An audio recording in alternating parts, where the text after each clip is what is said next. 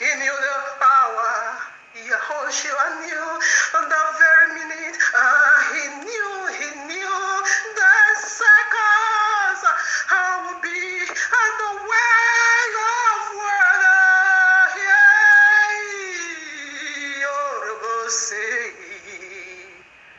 And so he was right there, waiting for me, a dying soul.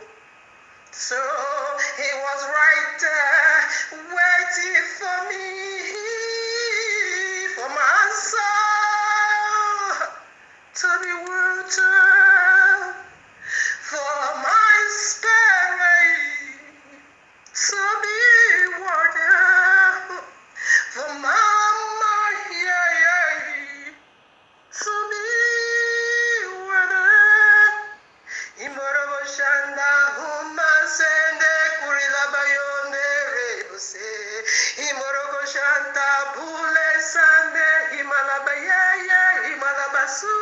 Himarabayeke riborobo seke himoshana rebe iburu. Yumalabayende kurila bayeke kurila baseke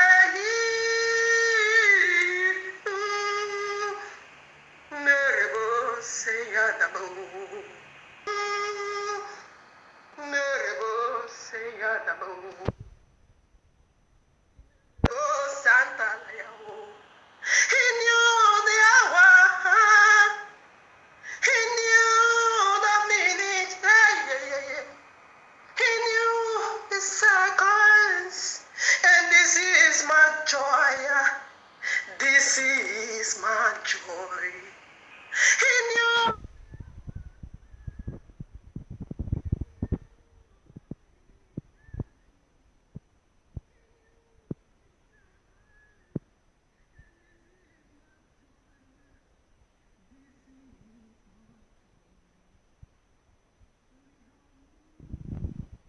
Yes, worries,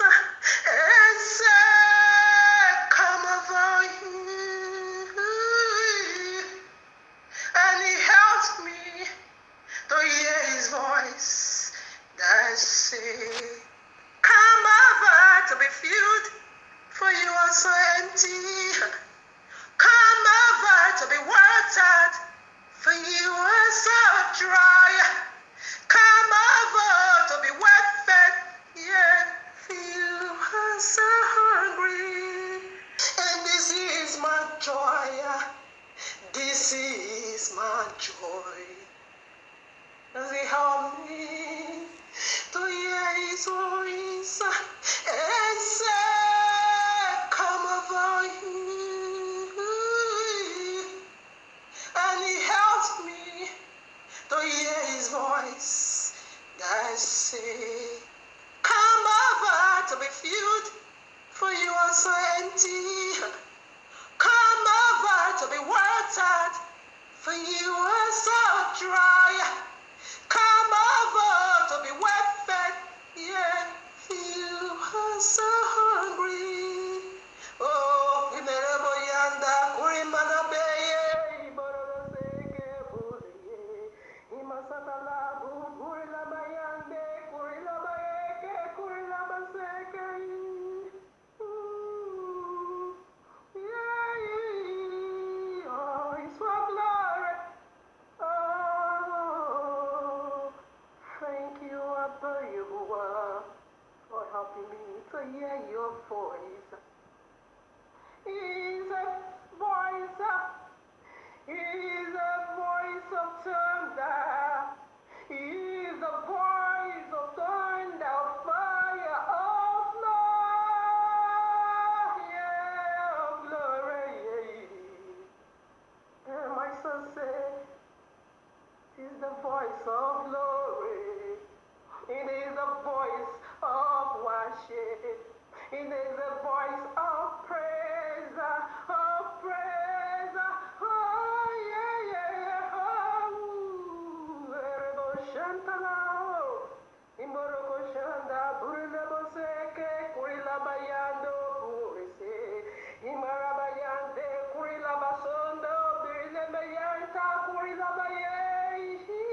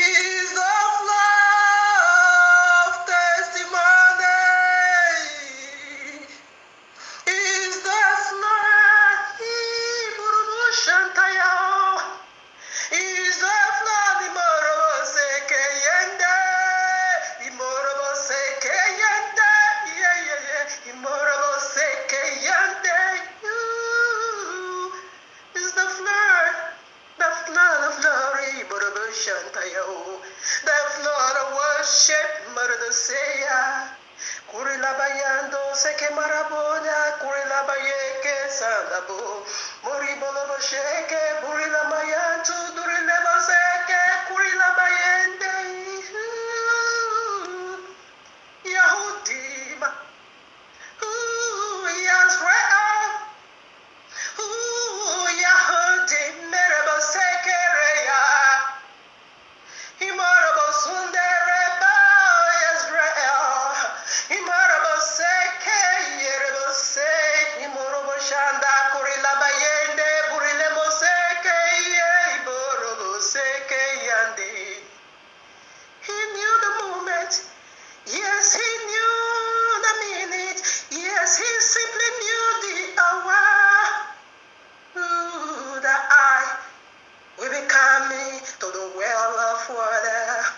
And he knew I'm so dry, he knew I'm so empty, he knew I'm so hungry. Whoa, seke yabao. And so it was right there waiting for me to pour his spirit right inside of me. Oh, right inside of me, that I will be able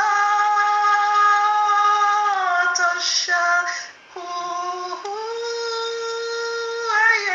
It is the flood of glory. It is the flood of honor. It is the flood of worship. It is the flood of worship. It is the flood of testimony. Of testimony. Yahuwah. Yeah, Yahuwah. Ah, Yahuwah. Yeah, Yahuwah. It's all about Yahuwah. It's all about Yahuwah. Yahuwah. Yahuwah. All about say Yahuwah. Shantayabu. Iborobo seke kurila bayende morobo sandu burise imorobo shanta burila bayantu burile boseke ramara bayonda iborobo seke kurila bayende morobo sandu burise imorobo shanta burila bayantu burile boseke ramara bayonda is the flood of glory. His voice, hey, is the flood of glory that my soul just held in the land of my captivity. Is the flood of all the that my soul has held in the land of my captivity. I hear the voice. I hear his voice, the voice of Tendako, Yahudim. Oh, come back home, Yazrael. Oh, come back home, come back home. Mama yandoro buse yalaba, imosekera bo burilaba yonde, burilaba seke. His voice say, come back home, come back home, oh, my posterities, come back home, oh, you and my posterities, in the far canal of the whole world, come back home, Warabasia.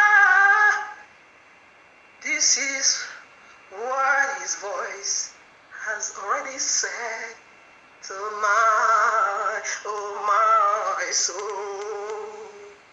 Yerebo Santaya, Durelebo Seke Rabu, Imaraba Sende, Kurilaba Yondo, Burilebo Seke, Marabayanderekeya.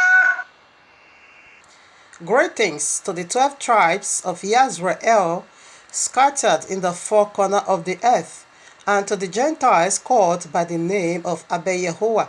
Shabbat Shalom and much love and prosperity attend you, family, for you are the reason of our time like truth, because the time is simply near. Just as we see the days goes by, and so draw nigh the coming of Yehoshua HaMashiach.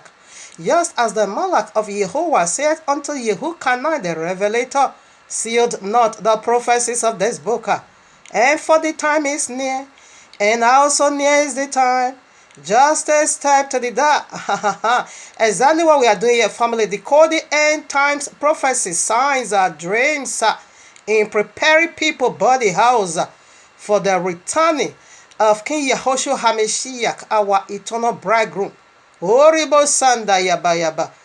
To whom due eternally all glory, worship, honor, exaltation, acclamation, love, or praises, riches, wealth, inarabasekeyebo, to the glory of his magnificent Father Yahuwah the Almighty, and to the Ruach HaKodesh, the forever pure energy, the forever DNA, the very ablaze one. Imorobos kayababayo, the strength of Abi Yahuwah. Rekes kayababayo, my very ocean tayabo ish. Na yandarabos kilibaye. Oh yes, Father. Yahuwah most kilibabos sekayababa. You are my Abba eternal, and you have been worshipped in the temple. He must karaba of your handmaid. He must kalababa your very Isha.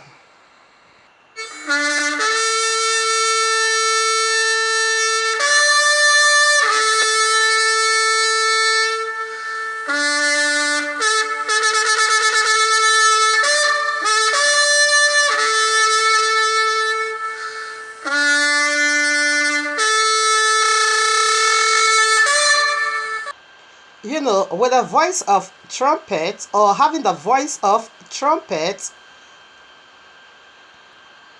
you don't have no need to struggle.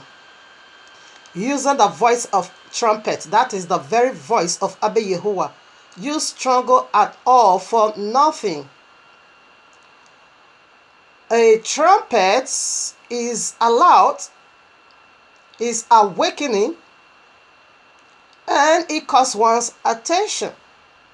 When you have the voice of trumpet, the very voice of Abba Yahuwah, you struggle absolutely for nothing. Everything will be called, what is it going? Because you use the voice of Abba Yahuwah, which is the very trumpet. Like I always love to say, that trumpet or sound precedes every single movement of Abba Yahuwah. That is why we don't struggle when we speak. That is why we don't struggle for revelation. That is why we don't struggle for new wine, because it's overflow. He that believeth on him, saith Yahushua HaMashiach, out of his belly a rivers of living water will flow. It is a flood of glory. It is a river, rivers of water. It's overflowing already. That which Abba Yahuwah has already said, right in Shemo, Exodus 34 verses 10. That is what we are resounding to your hearing, with the voice of not trumpet, with the voice of sound. The very voice of Abba Yahuwah is calling this, and this is what we have here today. This is the package, this is the box of heaven that we are about to unveil. The mystery of voice. It is trumpet calling and the four corner, to the four corner of the earth. And what was the unique vision or glory reserved over there in Shemo 34 verses 10? Is simply that the royal king, Yahushua HaMashiach, our eternal bridegroom, is almost here. Okay, get ready to receive your bridegroom. If you are one of his bride, hear his voice these days. He said, if you hear his voice, you don't hinder, don't hide in your heart. All right, his voice is speaking these days, just as the Ruach HaKodesh, my forever ish, has said to you and me. Let him that have ear hear what he has already said to you and me. And why did he say so once again? It is because he knew already a third part of humanity, ears, is going to be dedicated unto the serpent. You see, just as the first woman, Kawa, heard the voice of serpent, and she not go for him, she go for it. And to my surprise or to my amazement, in these last days, third part of humanity is hearing that voice again. And how do I know that?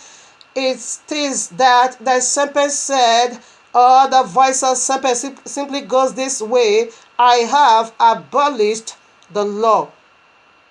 That is the voice third part is hearing today.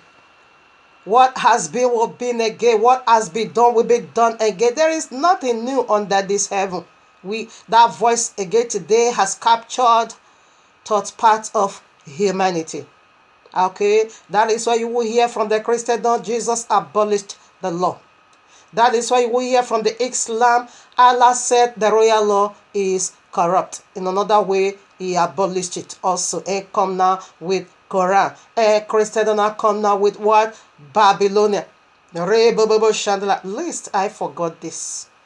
I won't like to forget the signs of the last. I love it. Okay, but there's never no way you can hear the voice of righteousness and say, even though you still see the first heaven and the first earth, the voice of righteousness can never say that. Yahushua Mashiach saith unto you and me, think not, because people is going to be taking so these days. That was why he also said, remember the Shabbat, because he knew people is going to forget the Shabbat. Remember, think not. And I've come to abolish or to do away with the law, neither the prophet, until what? Heaven and earth pass away. Whereby you say the first heaven and the first earth. You there believe that crap? You believe Jesus, you believe Allah, you believe them? All right now. Lest I forget this. The signs of the last day. He says something to you and me very deep. I used to believe that Watchmen, Yahoo, and Deborah did not pay me to do the intro for White It Out 4 to deceive the masses. The true Israelites are the so-called blacks, so-called Hispanics, and Native Americans scattered throughout the earth. The Judah team has an agenda to make all the tribes Hamite. Matthew 24:4 says, to take heed that no man deceive you. Hey guys, the gig is up. I'm not the real Jesus. As a matter of fact, the fella's name wasn't even Jesus. He had a Hebrew name. There wasn't a letter J until a few hundred years ago. With that being said, I have fooled the whole world into the biggest sham of all time. The name and identity of the real fella has been taken over by me. There are thousands of paintings of Jesus, and they don't even come close. Jesus was the creation of the Roman Catholic Church, which served to replace the real fella, who probably looked more like Morgan Freeman. But who cares? The truth doesn't matter, as long as you pay your tithes. Gotcha. Prior to this, I got a precept. Revelation 12:9. I read, and the great dragon was cast out, the old serpent, called the devil and Satan, which deceiveth the whole world. Minus Igbo people. The whole world. Minus Kazas, synagogue of Satan. The whole world. I take it again. And the great is great, not small, okay? And the great dragon was cast out. The old serpent is the origin, okay? It has an origin. Called the devil and Satan, which deceiveth the whole world, including Igbo people being deceived. Yes. Including synagogue of Satan being deceived. Yes. Including Christendom being deceived. Yes. Including Islam being deceived. Yes. Including the four corners of the earth being deceived. Yes. Including me. Yes. I will tell you now another lie that I have believed. For so long, it deceiveth. He deceiveth the whole world. All right now. He was cast out into the earth, and his angels were cast out with him. Come on now. Let's do this together, okay? Let us do the cross tracking. He has an origin. And it is said old serpent, which means is from ages. Is from the ancient. Is from the old. He has a lineage. He has a family. He has offspring. He has kingdom. He has been coming from one kingdom into another. Old serpent is still right here today. What? Doing what? Deceiving the four corner of the earth. Let's do the cast tracking. Now, it has many hells now, which represent many kingdoms. Okay, so right now the old serpent, where is his origin? It is right in Genesis 3. So where can we find him these days? Come, the royal law said we should preset all things. Precept has to be upon precept, lie upon lie. Take here a little and take there a little. So right now, let us take from the Quran. We are going to pick some from Quran, to preset this very Revelation 12:9. The royal law makes it so clear to you and me that we shouldn't believe our spirits, but we should test our spirits to know where they are where they are from. Why? Because many false prophets has already gone into the whole world to deceive people like you and me. Okay? So right now, here we are. We are going to pick some from Quran. Okay? This is Allah. This is how Allah is being written in Arabic. Alright? Here is the writing of Allah. This is how Allah is being written. And here is a 4-day snake. And what did the royal Lord say unto you and me? That old serpent. Okay? Called the devil. Alright? Serpent, is different from devil. Okay? Serpent is the highest order of all angels. While devil is just a cherubims. Okay? Devil is a covered cherubim. Serpent is the dragon. Is the highest of all. It is the seraphims. So my point is right here now. We did not find the logo of serpent in Allah's name at all. Rather, we also found the characteristics in Allah's mouth. He's bragging. He called himself the old serpent from his very mouth. Let's hear from a proud Goliath. Here, Korah. Oh my father. What is wrong with Allah? Something is wrong with Allah, eh? All right now. They don't want me to read this Quran. They are disturbing me. Okay, now I read, excuse me. Quran Surah 3, verses 54. And the unbelievers, plans to deceive. And Allah plans to deceive the unbelievers. Allah is the best of deceivers. Did you get that? Let that one, ring some ringing bell of awakening inside your memory. And I go for the second mouth from Allah, the dragon. Quran Surah 7 verses 99. Are they saved from Allah's deception? Quran is asking you, are you surely saved from the lies of Allah? Okay, Allah's deception. No one feels safe from Allah's deception, except those that shall perish. Come now. Let's oh my father.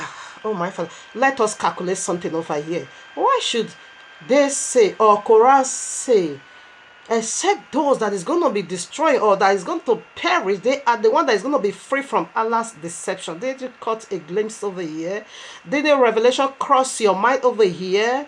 Except those that will not believe Allah, they are the one to be saved. Except those that will not receive Quran, they are the one to be saved from what? Allah's deception. Allah has a lie, and Allah has told a wide world lie again.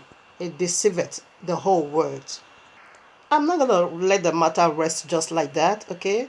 Because my father, Abba Yehoah, has already told me that I should, out of the mouth of 2 or 3 witnesses, testimony needs to be, established. I got the third mouth or the third Quran from the mouth of Allah, the very proud Goliath.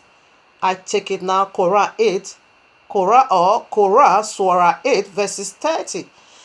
And remember, when the unbelievers plots deception against you, O Muhammad, to imprison you, or to kill you, or to expel you, they plot deception. Listen now. But Allah also plot deception. And Allah is the best of all deceiver. Did you just hear that? Allah is the best of all deceiver. Why did he say so? Okay, now that simply means to say, let me answer the question. Okay, that simply means to say they are a lot of liars in the 4 corners of the earth, but Allah is the best of it all. Okay, let's go this way. Christianity is a big lie. Everyone knows that already, except the one that is still sold into them. Except the one that is still believing the man-made up man tradition. Except the ones that still go by tradition of men. When you come out of her already, you know Christianity is the great primary channel of the great deception of Allah. All right, because Allah is the father of all deceivers. He is a liar and the father of all liars. Okay, now goes by Islam. Okay, no, because Islam is the greatest of all, because Christianity, yes, still believes some truth from our royal law, from our book. Okay, you see the civil rulers, Allah is greater. The Christendom, Allah is greater. The synagogue of Satan, Allah is greater. The unbeliever, the infidel, the pagan, Allah is simply greater. How did Allah is greater than all these? Allah said, Judah Iscariot is the one that goes to the cross. Not Yahushua HaMashiach. I see Allah with one eye. No, I open my two eyes to see Allah. This is Allah. Do you still remember the food snake or the written code of Allah? That is how Allah is being written in Arabic. And here is a snake. Yes. It is in his character, in his name, in his attitude, in his voice. In his characteristic. Did you see his character? Beheader. That is blood-sucking demon. And again, Christianity believes that Yahushua is the son of Jehovah. He has a father. He is the Almighty, of course, 100%. Yeah. And he died, he was buried, and resurrected again. They believe these 5 unique truths. Even though Christianity is mad on the street, even though they drink ogogoro, but when you ask them these 5 truths, within a seconds, they quote it already. It's living in their vein. That is the unique truth in them. Okay, but Allah is against that. That is what Allah is coming for. That is all about Sharia law, coming to strip it off you now. All right now. But Allah not so. Allah said, no, why should a prophet, they call him prophet. Why should the prophet of the of Allah be killed in such a disgraceful and a shameful way? No, Allah raptured him. That's right away, Allah caught him to the sky. Then Allah, this is how Allah deceived all of us now, including me. We are being deceived according to Quran. This is how Allah did it. Allah not take the face of the Messiah and not put it on Judah Iscariot. He not take the face of Judah Iscariot and not put it on Messiah. That is, they not begin to see Judah Iscariot as Yahushua. And quickly, Allah fly Messiah away. And Judah Iscariot now goes to the cross. Allah have knows for you, also knows about that. Yahushua or Messiah is not almighty. So they are coming for that. Okay, that is why Allah is the greatest of all liars. We knew Yahushua HaMashiach died for us, and he arose on the 3rd day, 72 hours. We simply knew that. But Allah says not so. So this is why he is called the greatest. He himself, no one calls him that. He bestowed that title of greatest of all deceivers upon himself. You heard it already? I just break the news unto you. And here I am in Matthew 24. For there shall arise false messiahs and false prophets, and shall show great signs and wonders, insomuch that if it were possible, they shall deceive the very elect. Come on now. This is why we are here every Shabbat, for the sake of the elect and also for the sake of the chosen Gentiles. Okay? That is why we are here on every Shabbat, to make sure that we at least we also cut one soul, in order to put smile in the face of Abba Yehovah. Okay? So right now, have you seen something again? You see already how Allah is being written in Arabic, and here we are, or in Arabic, yes, Arabs. And here we are again, you see how Allah, this is a snake, okay? Allah head is a snake. The other, whatever arrow it is, the beheaded sword. Have you seen something?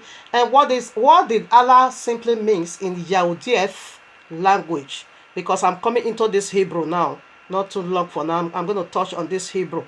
Okay, it's not our language, rather Yahudieth language. Allah simply makes now in our language, pure language, in a holy language, curse. They begin to rename all things in order to put us in confusion. Okay, Allah simply makes curse. Okay, as in the curse serpent. First time for Abba Yehovah to release his curses from his mouth, it goes for the serpent.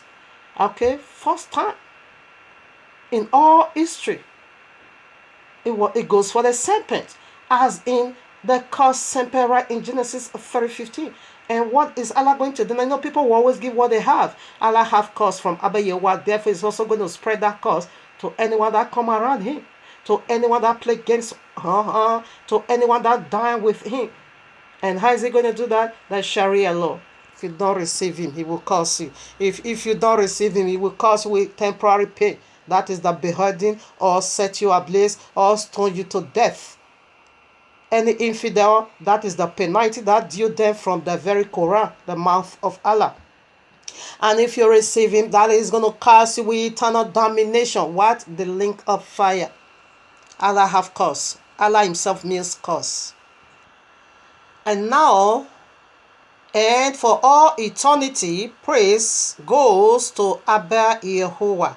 That is hallelujah. Okay, for his wonders, merciful, compassionate heart extended unto the elect, even in this land of our captivity. That is the stipulation. The stipulation he put over there, if it were possible, including the elect will be deceived, okay? But as we see, it wasn't possible or utterly possible for the elect to be deceived. That is why we are coming out these days with full force. That is why we are coming out with a voice of trumpet. That is why we are coming out and digging into the truth, into the lies we once been failed. By looking, or by digging, yes, I'm right, by digging into the truth from the royal law. Okay? You shall know the truth, and the truth shall set you free. That is why we've been set free from all these, uncountable lies. These lies that comes like what do they call it? Autoperks.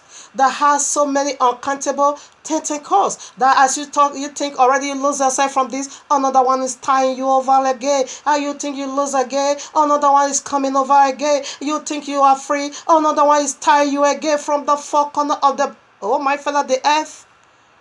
We have been tied with different lies, and the one that's recently I discovered, it is that of the Igbo people. Another mind-boggling. Okay.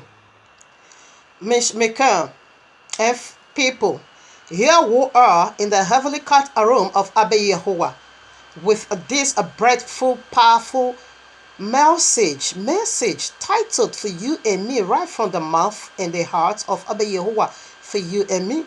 The mystery of voice reveals the Igbos might be disqualified when Yahushua comes. Part 1. I worked it out already. It's going to be having 1 and 2. Okay? Should I repeat the title? The mystery of voice. Yes. The mystery of voice reveals the Igbos might be disqualified when Yahushua comes, because he is the one to do the gathering, and he knew where he scattered all of us. But Igbo said we were never being scattered. They said all the 14 tribes, I'm coming to that, are in Igbo land. Oh, the dragon deceived the whole world. But we are coming out from each one of them. We are coming out. This is the propaganda of the Igbos right now. When you go into their message, their signs is not Deuteronomy 28, Deborah 28, not at all. Their sign is being found in their streets, or in their names, or in their character, or in their business, or in their whatever. Oh, mulere, oh, sekere, or ebulere. I don't know for them the ebulere, where they got that sound. What voice are you hearing? That is the mystery of voice.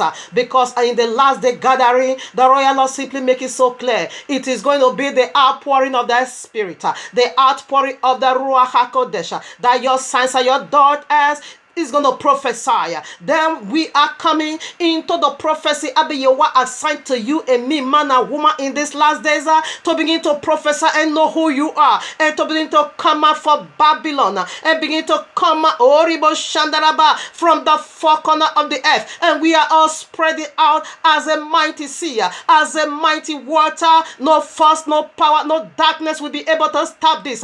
Open Oribo Shandalabo. It is open. Heaven lift up up your hands, all you gates. Let it be lifted up. What is the gate? Have you ever seen a gate having a hand? No. Have you ever seen a gate with a hand? No. What was he speaking to? What was he talking to? Who was he referring to? He is referring to a glory blocker. He is referring to a glory aborter. He is referring to a demon or that want to stand on the way. They are not coming in. Rather, they will not also allow you to come in. To the one that shut the evil against mankind. He said, you have taken the key of knowledge away from humanity. You have taken away the keys of the kingdom of heaven away from that humanity. You want to block our knowledge. This is what the Igbos people is doing. And they said, the 12 tribes, it is in their Igbo land. And they said they are the only true people of the book. And they said they are the only surviving of Yakub. Then I dare to challenge one. What do you mean? What are you talking about? What is your agenda? What are you saying? Are you not saying the signs of the last day? It is not so anymore. I said something is wrong with you. Igbo, you might be the another synagogue of Satan. Yahushua, this is prophetic. Yahushua revealed this synagogue of Satan twice. In Revelation 2:9, in Revelation 3:9.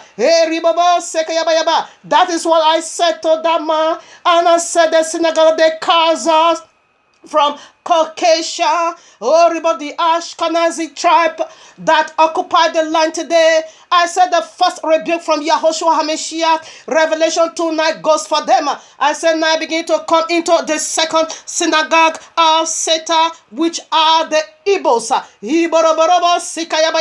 For you to say 12 tribes is found in your Omulere, Eri, Ereri, Agun, Acha, what is Onicha? Then we just take the biblical character and now begin to suit it to their last name. Iborobo Sandayabayaba. Now before you bust on me, now you Igbo, as soon as you hear this message, before you bust on me, or before you want to tear yourself apart, just push all those your emotions aside, and push what you have been taught aside, and push now your feelings aside, and push back far away from you your ideology. Put it, go. In fact, just go and cast it in the garbage and sit down and lower your ear and listen. The royal law simply make it so clear. Be a listener. Just sit down and listen to this message. How do we know right now? Because one Yoruba woman, that one said, I replied, I followed him. He run away. His channel, whatever. I'm not going to call you a brother for you to say that kick against the last days movement. No, I won't call you a brother at all. His channel is being called the Real Hebrews. The Real Hebrews. I now begin to pass out this demonic message that they are the only surviving tribes of Yakub. All of them, 12 tribes, is being found in Igbo land. And I said, okay, something is wrong with this very man. In fact, I've been listening to all these Igbo people. They hate other tribes coming in. When they hear you say you are from the tribe, or you are from the Yazrael, they will question you. They will rebuke you. They will let you know, how did you know that? They will begin to want you to be explained. They need explanation from you. Meanwhile, no one has ever asked them, how do you know you are Igbo? How do you know you Igbo people? How do you know you are the people of the book? No one has ever questioned. That always goes to comment section. Comment section. I will read other people's and see other people, mind concerning this matter. No one has ever rebuked them. Rather, they are the one out there rebuking people. That they not drag one of my sisters. In fact, that one nearly gave up who she is. Whereby say your sons and your daughters is going to prophesy. This Igbo people now begin to stress this lady that she now make about 4 videos She will make one, they will say that is not good enough. She will do another, they will say that is not good enough. She will do another, they will say that is not good enough. Good enough. That when she now come to the fourth one, she now run to Revelation 7. This is what matters. He said, keeping the royal law, keeping the words of Abba Yehoah, that is what counts for life. That is what is going to take you into heaven. Not really matter whether you are Yisrael or you are Gentile. It doesn't really matter. The one that keeps the royal law. That is how she concluded. I felt sorrowful in my heart. One I said, you need to take DNA. The other one I said, give us proof. Wait, what? You are another synagogue of Satan, 100% with capital letter. Push that back, that's your emotion. And sit down and listen. Can I take the title again? I will be kind enough because this message is going, it came out right away. As soon as I heard that, my spirit was grieved. Something was not quite all right. And I said, no, Abba Yehoah, what is going on here? I am not Igbo, but Igbo people say, you are the one that walked me out. You let me to hear your voice, sir. You told me who I am. But Igbo people say it's not true that the only surviving tribe, children of Yakub, the 12 tribes, he said it's being found in Igbo land. Then I begin to prove it, names by names. Some part, there is not even mention on the chart. But it sound like, almost like that. But the man also changed and said, no, it is Olicha. Oh yeah, dip your feet in oil. The feast of promise. They now begin to dig out as an Abba, what is going on here? There is a powerful vision that came. You're going to hear that from part 2. Because this one is part 1. You're going to hear that from me, okay? After Abba Yehoah gave me the mystery of who are Igbos, therefore I now rebuked this brother. I will call you brother. You pushing me back to the world. Do you know how painful it is for you not to know who you are? You dragging me back to the Babylon. You dragging me back to Gentile to go and be eating feces, to give up my identity. Do you know what it is for you not to know who you are? Let me not go by feelings because I'm highly provoked. Each time I remember that man what he said, no, it grieved my spirit. Then this mystery not come, a voice. Abba Yehoah asked me, did I not tell you that I'm going to call you by voice? So I don't know the voice the Igbo people is hearing. When they ask you, now give me, when they ask you, tell them your DNA, you don't have no DNA to prove. Your DNA, it is the Deborah 28. That is your DNA. In fact, all the royal law, tell them all the royal law, it is your DNA. If they dare ask you of that, I rebuked him. He now replies to me. I say, this is a pure lie from the pit of hell. And the man now replied to me and say, thanks for calling me a liar. It is your own opinion. You are entitled to it. And I fire him. And I begin to break out all the tense of scriptures that says the people of the book scatter in the four corners of the earth. What are you saying? For you to say they are all in Ebola, all the 12 tribes is found there, you are a deadly liar. In fact, you are a dragon. You are the offspring of serpent. They are now beginning to dig into this. Abba Yehoah gave me this mystery, the mystery of voice. So that's what we are going to look into now. The mystery of voice. How do you know who you are? It is from the voice of Abba Yehoah. He's calling this to you and me. Okay? And I will also use this to pass a word of encouragement to my brothers and sisters. Wherever you are from, it's not important whether you are Ghana, because I see Ghana coming out, I see Caribbean coming out, I see Cameroon coming out, I see Sierra Leone coming out, Congolese coming out, I see Yoruba coming out, Igbo. I'm not going to mention Igbo because Igbo provokes my spirit. I see all these people in Ethiopia coming out, Egypt coming out. I see all these people from the four corners of the earth. I see Brazil coming out. I see Mexico coming out, Native America coming out. The biggest fish of it all, it is our brethren in the US that fulfilled the yoke of iron. They are going to take you to another bondage. You are going back to Egypt again, by this time, by ships. Okay? That this Yoruba woman was also provoked like I was. That one I said, come, what are you saying? That one I said, I don't know your agenda. You have an agenda. I don't know what your agenda is by saying only Igbos are the people of the book. What about the Yorubas? That one I say, for example, like me, I am from the tribe of Ephraim. So that one I say, excuse me, Mr. Fist this video. This video is very bad. Face it back. Therefore, this man also replied this lady again, said, I did not say it without proving it. You see all the 12 tribes name. It is being found in Igbo. Igbo land. Yes, again, I'm repeating it. The only surviving tribes from the 12 tribes, they are all in Ebola. He repeated it again. I was grieved in my spirit. I said, no, these people, they are just out there try to resist or to push us back as we are coming out. They are trying to take us back again to bondage. So never you believe their lies. They are being deceived. But they themselves, when the Yahushua comes, they will know that they are being deceived, okay? So don't be moved by their noise, because they are liars and they are the children of the serpent, which is, that deceiveth the whole world. So don't be moved. Don't be discouraged. When they come into you, let them know your DNA, because they are asking people for DNA. When they ask you of your DNA or come and prove it, let them know your DNA, it is the royal law. That is all we know. Okay? So family, like already, I will always love to set the stage with Deborah. Yeah, with Deborah 32, 1-4. Give ear, O ye heavens, and I will speak, and hear, O earth, the words of my mouth.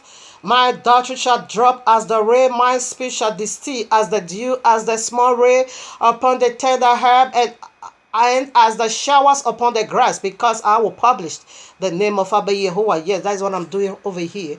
Publishing his name, and I'm also at the same time publishing his truth. Yahushua said, I come in my Father's name. That is the publishing.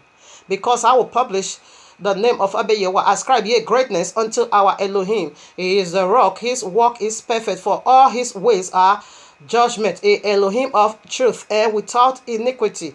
Just and right is he. Yes. Hallelujah. Reba seke remadereba. Reba seke remaderebo. Reba seke remadereba. Oraba say, oraba say, oraba hihu, oraba say. So now, family, right now, family, Mishmaker, before we run this race, like you know already, I will keep making my presentation. Yes, okay. Rather, before I make my presentation, let us take a deep breath into what is the royal law for. How does it play out in your life and in my life? Here I am. Point 1. It functions as a sacred marriage covenant between Yehovah and his people Yisrael. Point 2. It outlines how the marriage would function. Its stipulation, what makes it a happy and a fruitful marriage. Point 3. It preset describe how the marriage would function. Point 4. For it what pictures tells what marriage life would be like. Point 5. For either Point 5. Its judgment describe how each of the partner would relate to each other. Point 6. For either party to violate this agreement, violate the marriage itself. Point 7. For the groom promise never to violate it, because the groom is Abba Yehovah himself. He has never ever broken his word. And that is the guarantee you and me have today, that we are choosing people forever. Forever and ever, eternal, we are his choosing people. Abba Yehovah make it so clear. If he ever return his word from us not being his people anymore, he let it cause. Here Ribo Shandaraba in Jeremiah 31 verses 31 way down to the very end. You're gonna see how Abba Yehovah put it. We are his people eternal. We are saved eternal. All Yisrael will be saved in this last day, because out of Jerusalem or out of Yisrael there comes deliverer. Okay, this is the covenant Abba Yehovah made with us. In the land of our captivity, we will not utterly lost. We are coming back. Already we are being found. We know who we are now. Okay now, and not like this mad Jesus that says Shabbat is perpetual, is no more perpetual. The royal law can't until the heaven and the earth pass away. Even though we still see the first heaven and the first earth, Jesus said he has done away with the royal law. Jesus is a mad demon from the pit of hell. He not take away what wrongs, what happened to Shabbat, what happened to the biblical feast, that he now removed all those from your knowledge and now feed you now with Babylon.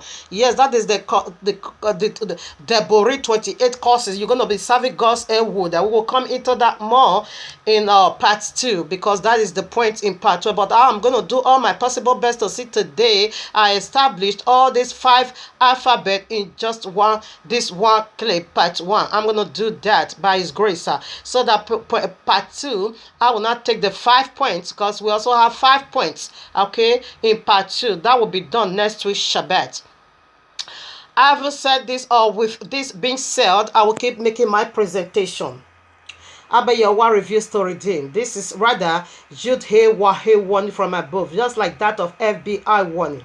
Okay, he is the seal of Abba Yahweh message in me, like Abba Yahweh revealed. I saw in my vision was just downloading all these mysteries. Abba Yahweh is digging out these days in me to reach out to the lost house of Yisrael. This man was just downloading it, he is not downloading it to use it to please Abba Yehovah, not at all. Rather, he was downloading it to pervert it. Okay, so Abba, you wanna lead me in this manner. This is the seal. When you keep doing this, they are going to remove their hand from this vision. Brothers and sisters, Mishmikan, as I start doing this, I have a lot of followers, thousands. Okay, thousands, more than 1,000 followers. I don't do live video like I do uploading. Live video is going to send notification to all your fans or your list, your friends on your list. But upload it just normal. If you see, you watch it. Okay, some can say it, some cannot say. But I strongly believe that Yahweh will just bring it there, to hear His word. As soon as really I begin to do this, all of them, almost just few days, about 300 to 400. Okay, but I don't care. The day one sinner will repent, that is the day heaven will rejoice. An angel party. That is what we are doing over here. We will also come into that. Right now, the presentation continues. If you download this message and you want to resound it under the voice of you, and you now say Jesus give it to you, Ebola will attend you in Yahweh's mighty name. If you download this message and you want to resound it under the voice of you, and you use it to please any deity such as Allah, Jesus, Crusader, Ghost, Fire, the curses of Sapphira and Ananias will attend you in Yahweh's mighty name. If you download this message and you want to resound it under the voice of you, and you not place any obligation, condition of money making, the hottest place in the link of fire shall be your dwelling in Yahweh's mighty name. This is a trick that Christendom is using this day, like this John Sisule dragon, the one they call John Sisule man. Not just him alone. All of them, they are selling handkerchief, olive oil, holy water, they call it holy water, handkerchief, apron, music, message, prophecy, prayer book. Can you tell me what are they not selling? Joseph Sule Destruction said, if you monitor me bango, you die. He's also selling it. Okay, so they sell all things, but this is their trick these days. They will say just plant a seed. They are doing business. If you try with this vision, the hottest place in the link of fire shall be your dwelling, Yahweh's mighty name. However, okay, the poverty side, you can find the scripture references. Joshua 6:26, Act of Apostle 5, 1-11, Act of Apostle 13, 6-12. Okay, Revelation, the biggest of the biggest, 22, the very consummation of it all, 22, 17-19. Don't add and don't take out. Okay, now, however, if you download it, you want download it to resound it under the voice of fear, and you want to use it to please Abba Yehovah, and in reaching out to the lost sheep of Yisrael. Double portion, double glory, double honor. A crown of double glory shall be placed on your head by Yahushua HaMashiach. You shall rule and reign eternally with Yahushua HaMashiach. In Yahuwah's mighty name, because of your faithfulness, your entire household will be found around you, surrounding you in the kingdom of Abba Yehovah. In Yahushua's mighty name, because Abba Yehovah said, I will save one, save the entire household. If you alone found faithful, your entire household will benefit from your faithfulness. In Yahuwah's mighty name, it goes in both ways. Right now, let's start the race. All right, now let's get started. Unveil the mystery of voice. Let us see what is the mystery of voice.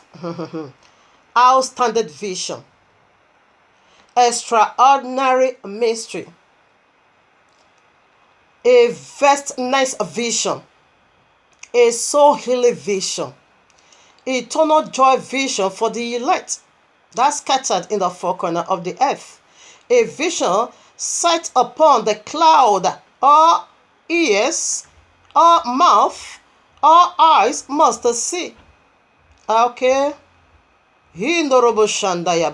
Now we are just on our way to see we are just on our way to the top mountain to see very clear the mysteries of this holiest word called voice.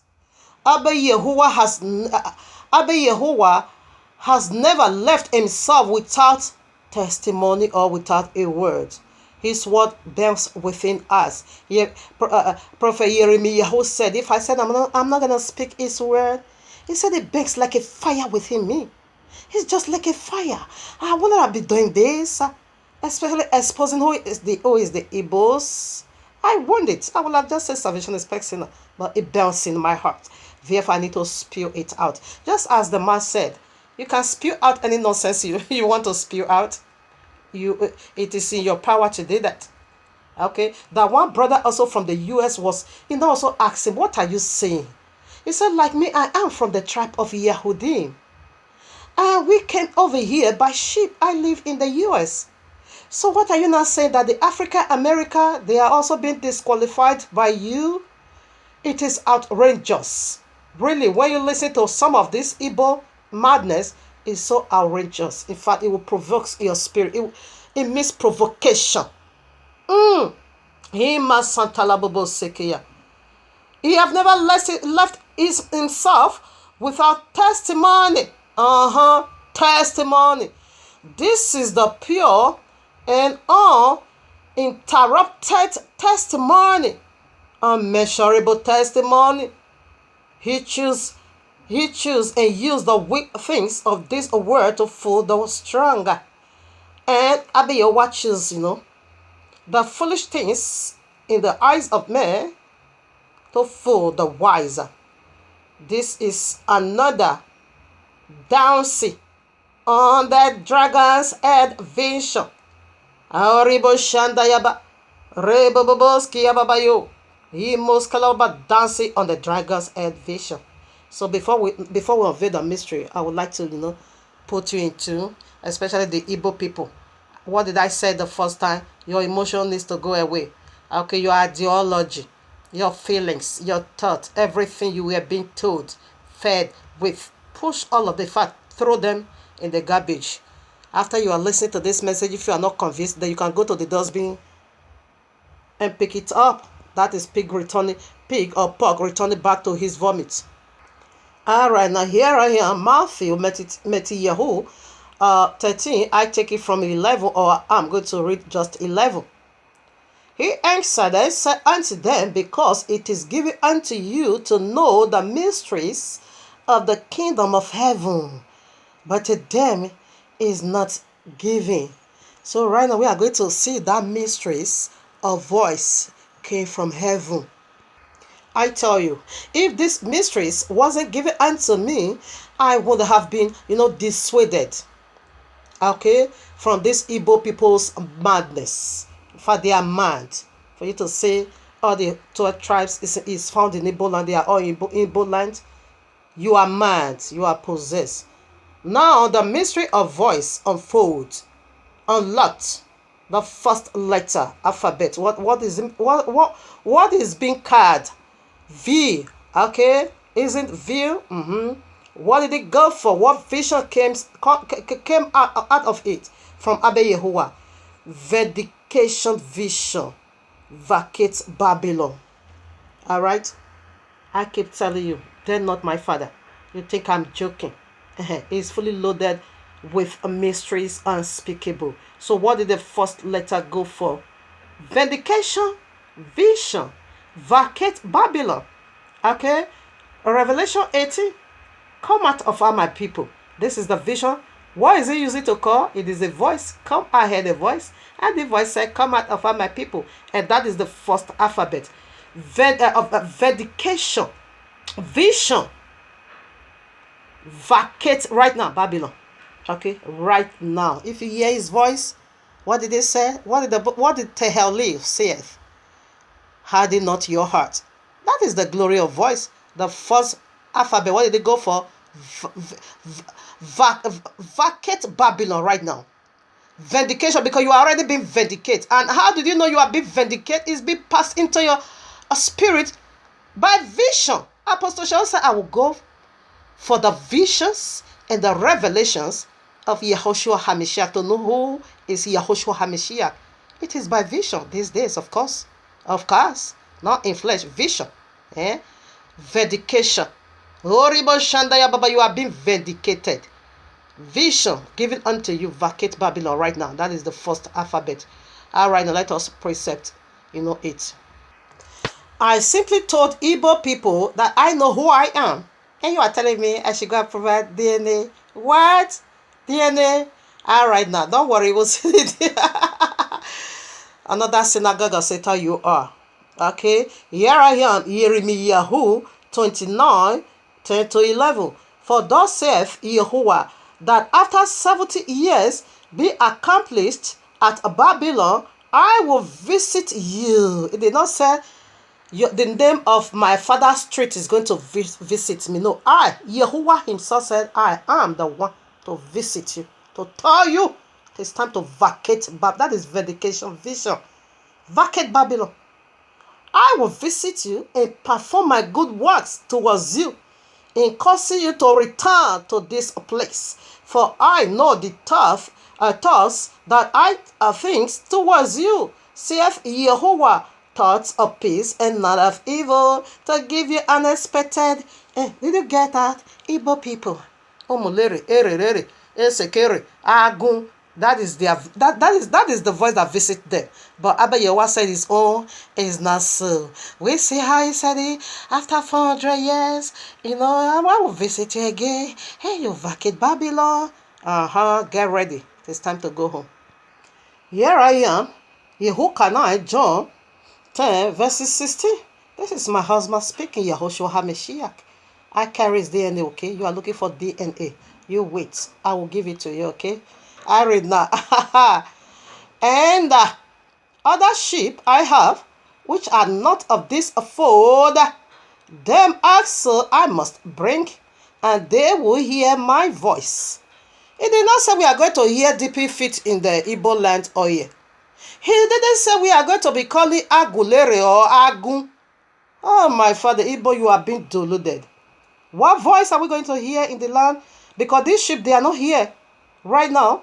Messiah is speaking in the present time and in the future. We know that. The one that has already left, the 10 lost tribe of Yazrael, and also the other 3 that is going to join them. Because he knew right away we had the tribe of Yahudi. 3 tribe conjoined with Yahudi. That is 3 tribes in one. Yahudim, Lewi, and Ephraim. They were the one left that time. Yahushua came. 11 is already gone. Okay? Altogether we have 14.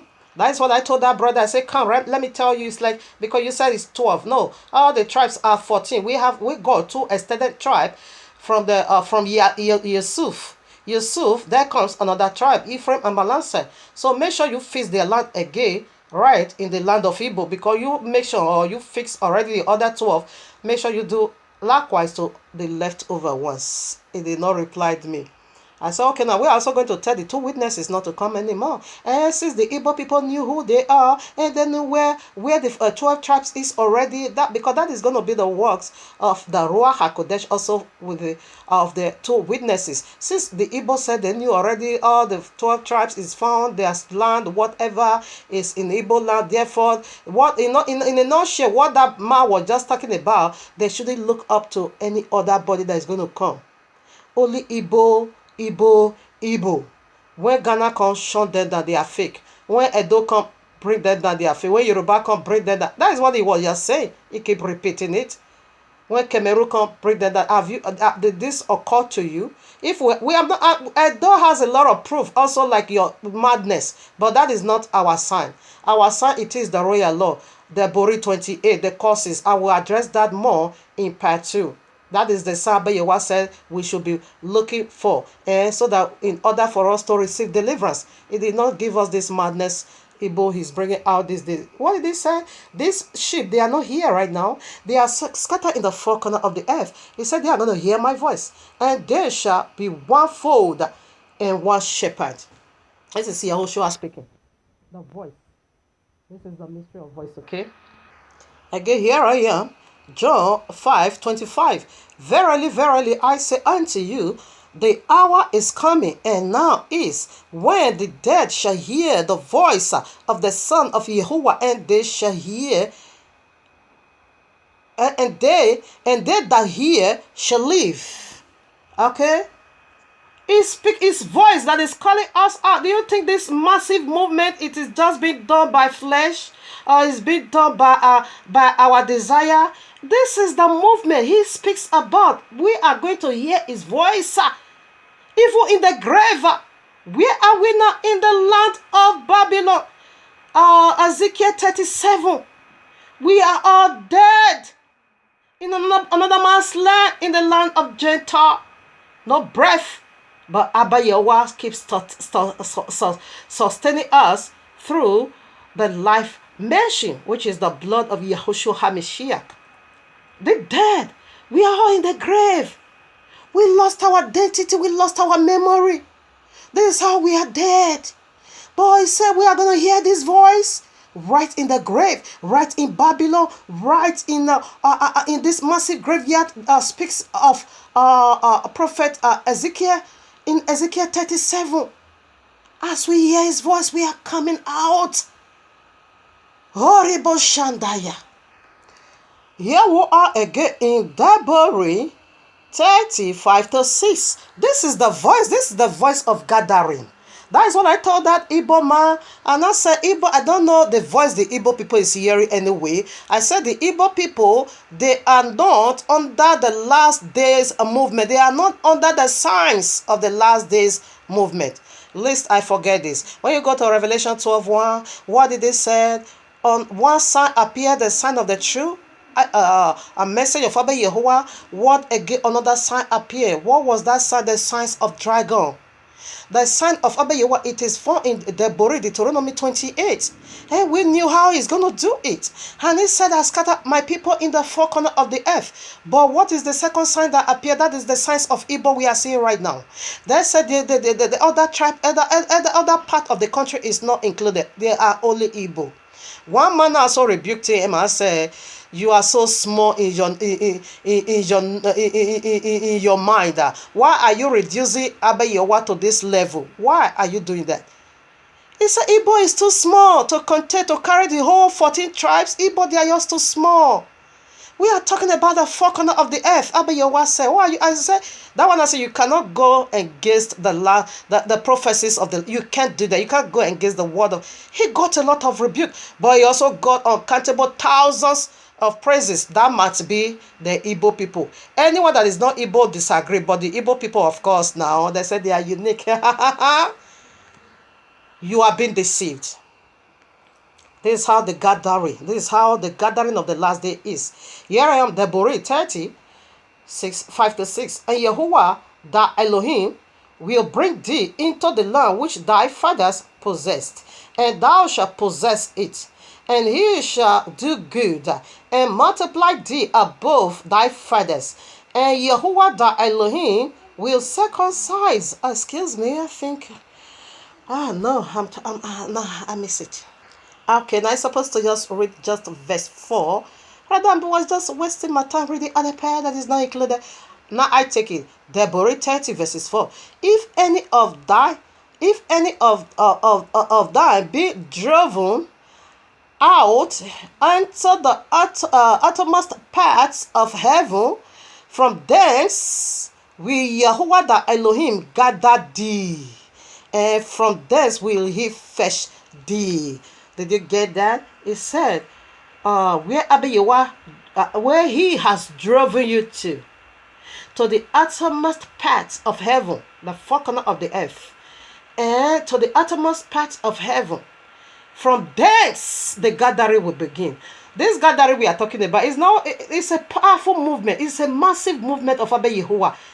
This gathering will begin in heaven. It's going to gather the tribes from heaven. Now, he said, what did he say so? That is now that we are being scattered in the four corners of the earth, under this heaven. Anyone that died, you are not coming. We didn't return back to the land of Israel. So when you die in Babylon or you die in the land of Gentile,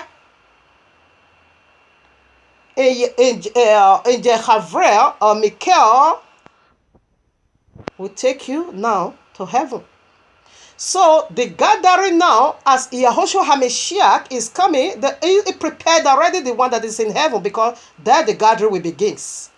All our forefathers that died, we know that repent before they died. Straight away, the gathering started from there. He took them to heaven.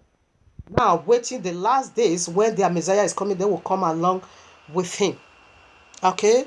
So the one in heaven is already being gathered, put in a place. Okay? Now, the voice is gathering, doing the gathering again of those here on earth. Okay? This is how he stated it. Here I am, Matthew 29 to 31. Immediately after the tribulation of those days shall the sun be darkened, and the moon shall not give her light, and the stars shall fall from heaven, and the powers of heavens shall be shaken, and there shall appear the sign of the Son of Man in heaven, and then shall all the tribes of the earth more, and they shall see the Son of Man coming in the clouds of heaven with power and great glory. And he shall send, listen, now this is the gathering that is going on right now here on earth. And he shall send his angels with a great sound of a trumpet, and they shall gather together his elect from the four winds and from the ends of heaven to another. Did you get that, Iboma? Desperado. You want to be first in all things. You captivate Nigeria, you dominate Nigeria, your autopox, one of your tentacles or 7 of your tentacles wrapped everywhere in Africa country. The only thing that is still left over for the people of the book, you are also fighting, you want to take it all. Did you hear what it said for you to say all 12 tribes they are all Igbos, their land is, their names is written in Igbo, so that is how you know the only surviving tribe is found in Igbo. Shame on you. Dragon voice. Do you see how our Messiah is going to do the gathering? This voice is a trumpet, and this voice is already resounding. Go to YouTube and you are going to see that this powerful movement already is going on. You can't stop it, okay? No matter, you can't stop it. You bring me into you now, and that's what I'm going to be doing. I'm going to be rebuking any one of you and be doing it, okay? And be doing it, and I will keep doing it before Yahushua, surface. We see already from the very royal law how the gathering is going to be done. It's going to be done. We saw it already.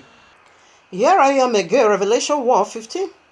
I read, and his feet is describing the black Yahushua HaMashiach, the black Messiah, not the counterfeit, okay, or the duplicate. I will make myself like the Most High, that mad Jesus. We are not talking about him. All that will come in his own name, him you will receive. John 5:43. I come in my Father's name, you rejected me. All that will come in his own name, you will receive. Later, Jada gave you Jesus. Hasn't yet 400 years. Isn't yet 400 years. You have received another Messiah. And that Messiah said, I've done away with the royal law, so that you don't know who you are. I read it. I read 15 now. Revelation 1:15. And his feet like unto the bronze, and as if they burned in a furnace, and his voice as the sound of many waters. Did you get that? His voice as the sound of many waters. So before I give it said, because unto me the mystery is of the kingdom of heaven is already been given unto me. And Abba Yahweh said, in these last days there's going to be an outpouring upon the sons and the daughters of the kingdom. Then they are going to be prophesying. Hear the prophetic prophecy that came from this very vision I'm about to unveil unto you. So as soon as Yahushua revealed, showed himself unto Yehokanai, what did he say? I heard a voice. I heard a sound or voice like that of many waters. Here I am, Revelation again 14:2. 14:2, yeah. And I heard a voice, yes, from heaven, as the voice of many waters, and as the voice of a great thunder. And I heard the voice of harps happy with their harps. You see? So what is the voice of many waters? Let's unveil it. So I bless Abba Yehovah. I just Baruch his name, who gave this wonderful vision to Allah. He said, because unto me the mysteries, the key, or the mysteries of the kingdom of heaven has been given unto me. Here I am, Revelation 17:1.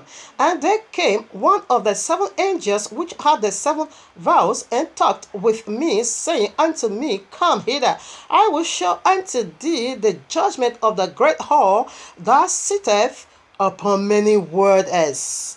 We want to hear the voice of that waters now. Oh, Riba Shanda Yababa, waters. 15 now.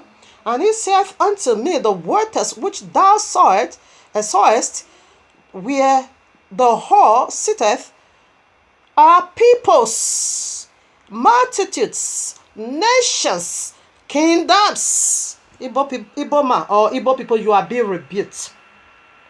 According to biblical terminology, water goes for the word of Abba Yehovah, it goes for the Ruach HaKodesh, and it also goes for people. We see now what the water of revelation goes for. It goes for nations, multitude, people, languages, nations. It did not just say only Igbo. People from diverse, tongues. You are being rebuked, Igbo man. He has helped me, a dying soul, to hear his voice. He has helped me, a rejected soul, to hear his voice. He has helped me, the abandoned soul, to hear his voice.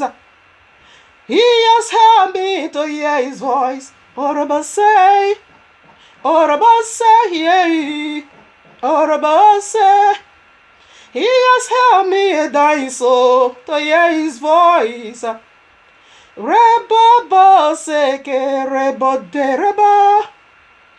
Reba seke, orobo seke rabe. He has helped me, a dying soul, to hear his voice.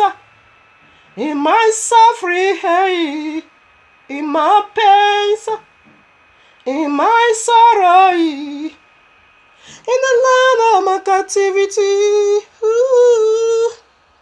he has helped me, a dying soul, to hear his voice.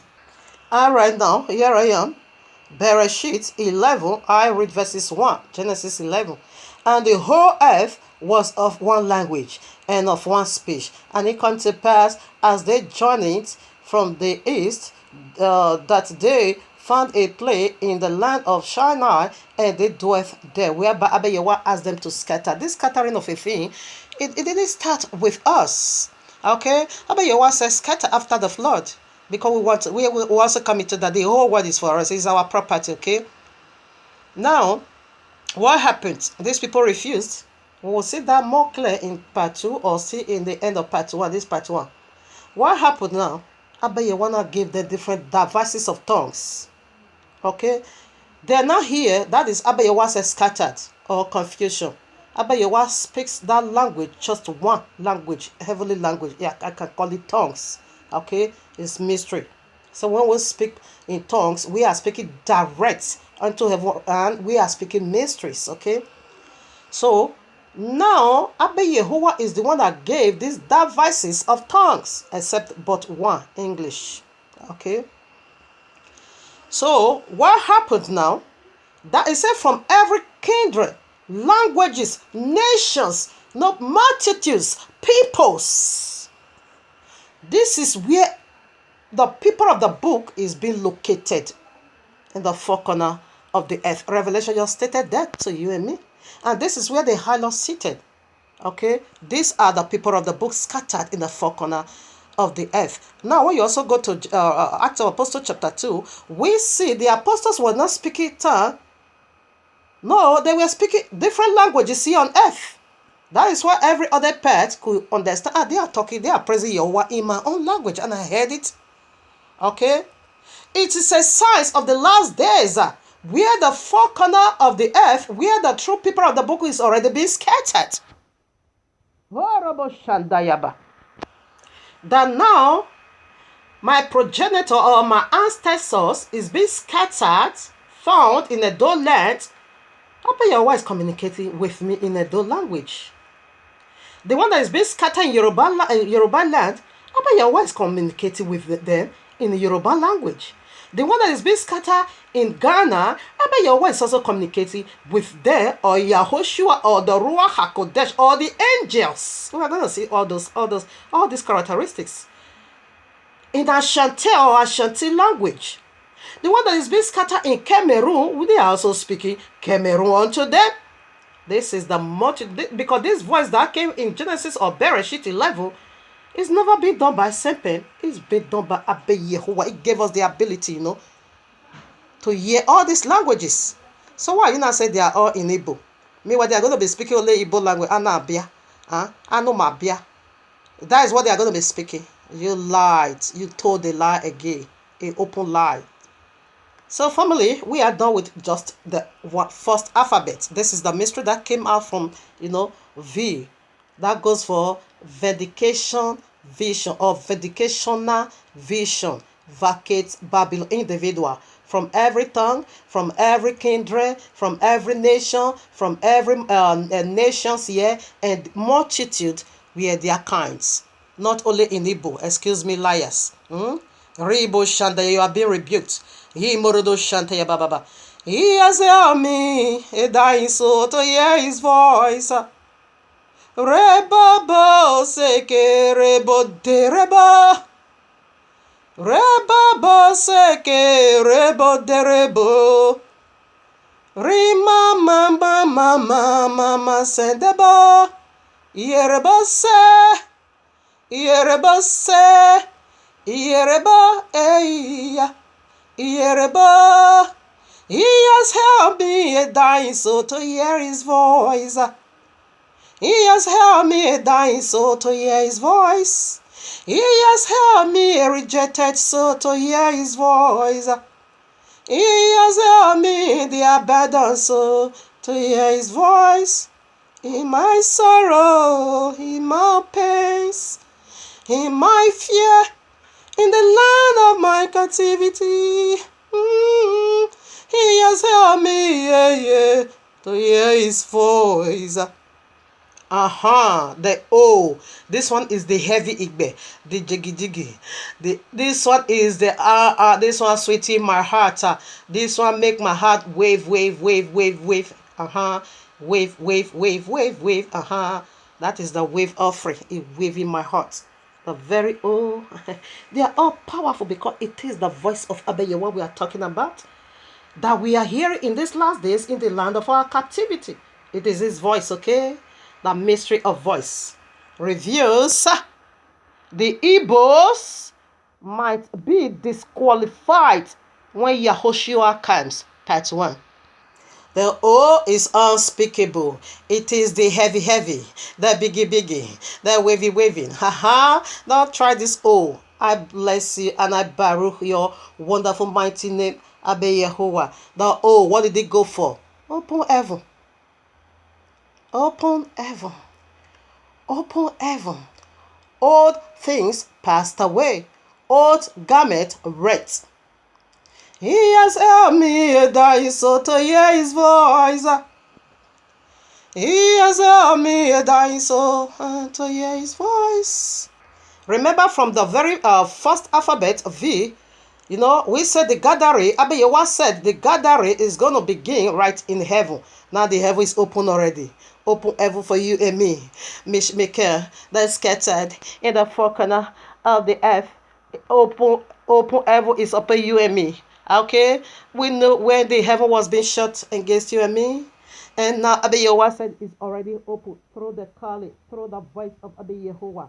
Open heaven, old things passed away, Babylon passed away, old identity rent, old garment rent. Let's present it. In this open heaven, the very second alphabet of this word called voice, the mystery we got from there, it is open heaven, and we have so much not to discuss about this open heaven. It is so heavy. All right, here I am, Mark chapter 1. I read 9 to 11. And it came to pass in those days that Yehoshua came from Nazareth of Galilee and was baptized of Yehukanai in Judea. And straightway coming up out of the water, he saw the heavens opened.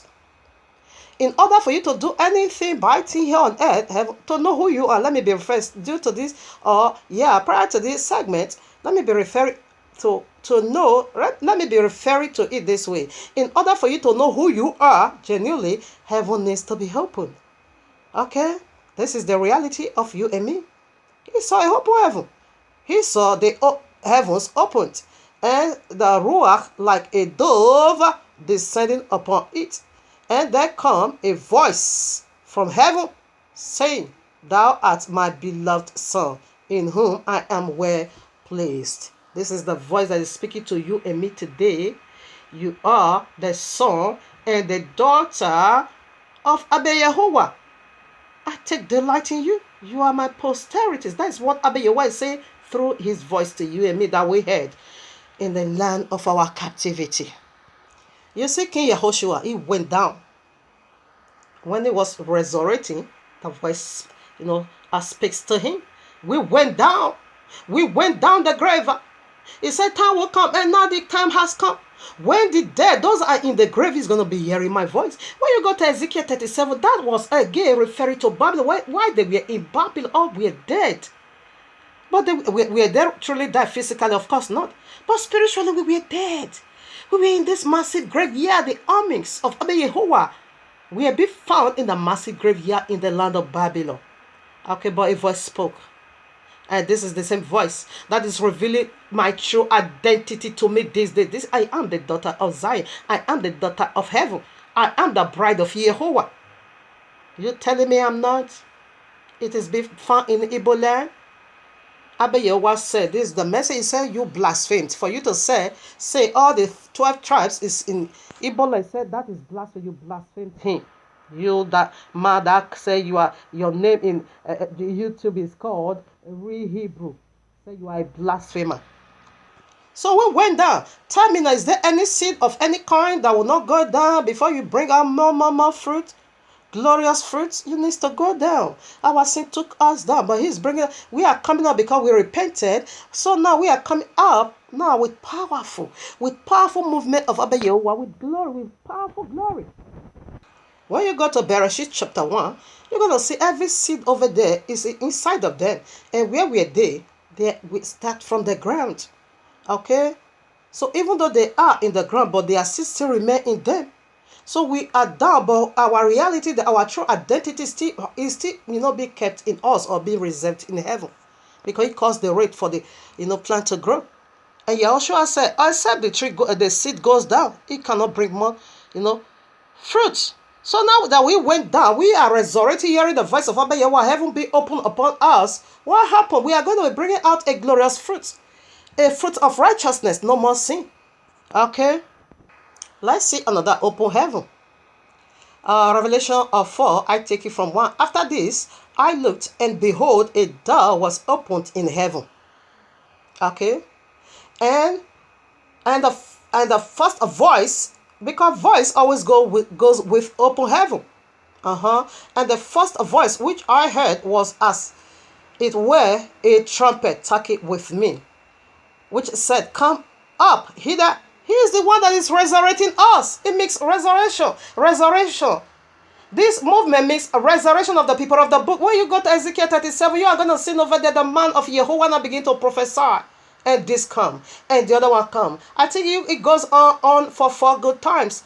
Abba Yehovah begin to put in us. Okay, this I put this. Now I put this. Breath came out last. Will you see it? He said, Come up hither. and I will show thee things which must be hereafter. This is the things that is going to be hereafter in those days. Now is the after too. And immediately I was in the spirit. I caught the revelation of who I am. And behold, a throne was set in heaven, and one sit on the throne. And I'm coming up over here. My focus point or my goal score, it is the open heaven. You see, immediately saw that open heaven, and a voice came, because a voice got, we are unveiling the mystery of voice. It's all right, I was in the spirit. Then you will begin to speak the real thing of things of Abba Yehovah, the real word, the testimony. You begin to bring out the characteristics of Abba Yehovah. He said, anyone who dare ask me, and I also taught that my sister, anyone who dare ask me, so I should tell them the DNA they need from me. It is the royal law. Okay, that is all I have for them for now, until they will see me with great glory. Then you will know who I am. Okay, I am the bride of Yehovah, the bride of Yahushua, the bride of the Ruach HaKodesh. That is who I am. Regardless whether you believe it or not, I don't care. All right, now here I am, Deborah 28. I will read from 12 to 13. You know, this very Deborah or Deuteronomy, it has 2 books. Okay, one box is fully loaded with heavenly glory if you obey. And that is from verses 1 to 14. And from 50 way down to 68, it is another bus of heaven being closed and shut against you. Okay, so this is how it's been stated. If you obey the first box of treasure will be, let me read, will be open unto you. 12 now. And Yahweh shall open unto thee his good treasure. Abba Yahweh have good treasure in heaven if you obey. The heaven to give thee rain and unto thy land in its season, and to bless all the works of thy hand. And thou shalt lend unto many nations, and thou shalt not borrow from no one. When heaven is open upon you, this is the voice we are hearing these days. We are going to be a lender. That is, we are going to be now in the position of Abba Yehovah. Okay, happy people. That Abba Yehovah is the helper. But now we are going to take that seat when this heaven is opened, as you hear his voice. It is open heaven. Rather, that is going to put me in the state of a helper. Borrowing money to people, helping people. That is the office of Abba Yehovah. But since this heaven is already being opened upon me, therefore me, I'm going to take the seat of Abba Yehovah. Me, I'm going to be in the position of Abba Yehovah in helping people. That is what open heaven does. Happy people around you. So now if you have the book of Yeshua 49, we see Yusuf, it was now in this seat I'm talking about, because heaven opened upon him. Okay, so that makes it now taking the position of Abba Yehovah. So when heaven opened upon me now, that will not put me in the seat of Abba Yehovah. Happy people, whether near or far, as soon as you come across. Okay, I was hungry, you feed me. I was thirsty, you gave me something to drink. That put you in the position of Abba Yehovah. If you love me, feed my flocks. Yes, that put you in the position of Abba Yehovah. Okay, when heaven is open upon you. You see, when heaven is being opened upon you, he does 2 things in your life. Okay, we see the first, and right now, let's also see when heaven is opened on you. What happened, or when you are operating under the open heaven. Let's see what happened now. Bereshit 7:11, Genesis 7:11. In the 600 years of Noah's life, in the 2nd month, the 70th day of the month, the same day were all the fountains of the great deep broken open, and the windows of heaven was opened. What happened? Okay. Now this open heaven in another form, simply it will wipe away every exalted mountain. Every exalted mountain, he will swallow them up. Every exalted mountain will be swallowed up. Every valley will be covered up. Every rocks will be swallowed. Principalities and power will be flushed away. exotic power or exotic knowledge of the kingdom of darkness will be swallowed and buried in the grave. That is what open heaven does. And it will wash away every wrinkle in you and make you now like a newborn baby, like that of Naaman. When Naaman entered into the water, being covered fully with water, when he came, he became a newborn baby. Okay, so that is what it will make you young. Okay, your leprosy, your diseases, your infidel, or whatever, any defect in you will disappear. Okay, that is what open heaven does. Your earth will be cleansed. Okay, no more curse. Revelation, Deuteronomy 28, there was a curse. Even Genesis 3, there was a curse. Okay, but now it's cleansed. That is what open heaven does of these last days of the people of the book. Here I am for 2 Chronicle 7:14. If my people which are called by my name shall humble themselves and pray and seek my face and turn from their wicked ways, then stipulation, then will I hear from heaven. From where? Heaven. And I will forgive their sins and I will heal their land. As we are talking, our land is sick because why? It's being occupied by the synagogue of Satan. Our land is the most filthiest, most dirty and stinky place on earth. Do you know what is over there? The throne of Satan. And Igbo is also playing another game, trying to cover up our true identity again. The other one take our land. Igbo is taking our spirituality or our reality. Those one, they took our land already. Igbo people they are playing games with our spirituality. Okay, but now that we humble ourselves, Abeyehowa heard our voice already from the heavens. Our land will be cleansed. That is what open heaven does. It will wipe away every demon that sits on our land. Okay, we saw that in the days of Noah. Every mountain was covered, every valley, everything. Filthy things will be flushed away. Okay, that is what open heaven does. And this is the very second alphabet of this word called voice. Now you are operating in a different world. Operating under the open heaven. This is who you are. Yeshayahu 55 verses 10. Okay, so it's going to water your land. What is that water again for? I'm here. I like to read it. Yeshayahu 55 verses 10. For as the rain cometh down and the snow from heaven, and returneth not hither, but watereth the earth, and maketh it bring forth the barn, that it may give seed to the sower and bread to the eater. So what is that for? Abeyehowa operating under open heaven. He says he's going to send you rain that is going to water all your land. That's going to make life so easy going. Now whatever you put your hand to do, that will you flourish. You see, water goes for 3 dimensions. Okay, the Ruach HaKodesh. That is, you are going to be filled powerfully with the Ruach HaKodesh. Okay, you and everything that pertains unto you.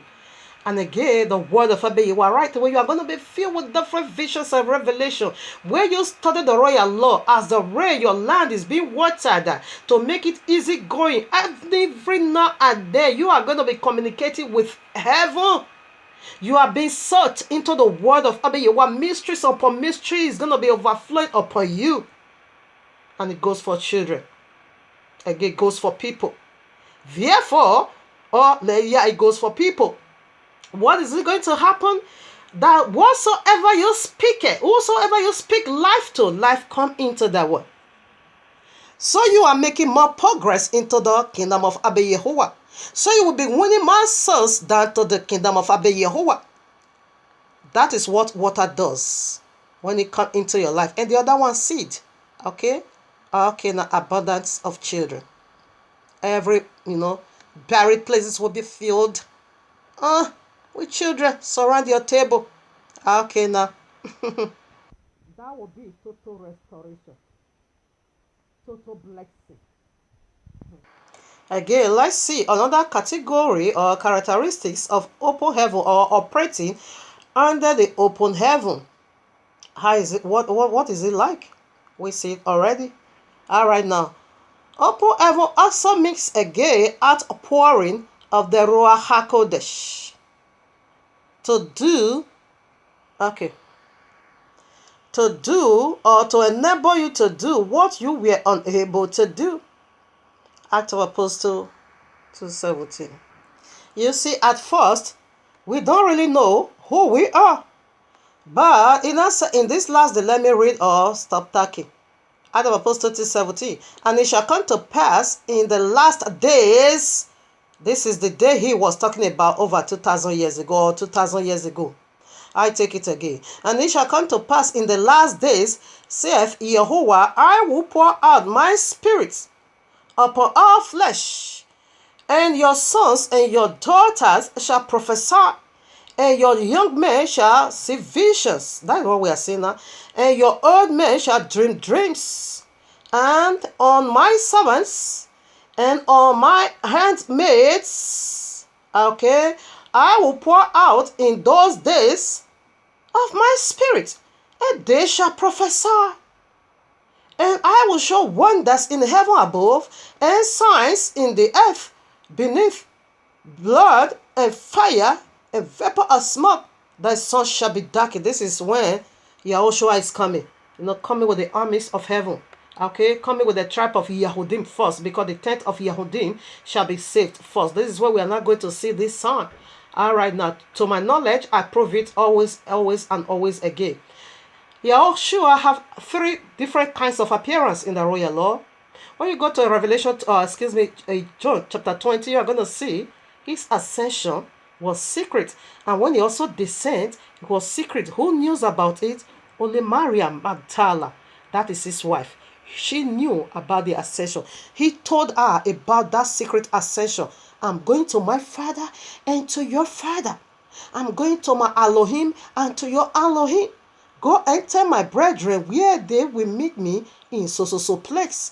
So she alone knew about that ascension. That is the first appearance, And the second appearance, we now also see that in 1 Thessalonians, appear in the cloud. That is another appearance, And the third appearance, this is the final one, where his feet now will touch the land, touch the ground. That is in the Mount of Olivet, where he ascended up. He's coming right back from there, the eastern gate. That is Zechariah 14. You will see it over there. That is the final appearance. So he got about 3 appearances, in different occasions. So to my best of knowledge, when it comes now, first it's going to be secret, it's living among us. That is how he come like a thief in the night, living among us, But the Yahudi is going to know that this is the man, because due to the powerful things he's going to be doing, you will know this is my Messiah. But he will not reveal himself. But the very final time to reveal himself, it is when he cut out all of us. That is the tribe of Yehudim that needs to be saved first to the cloud. That is where they are going to moan.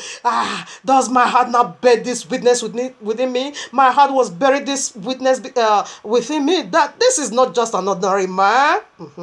That is where you wake up.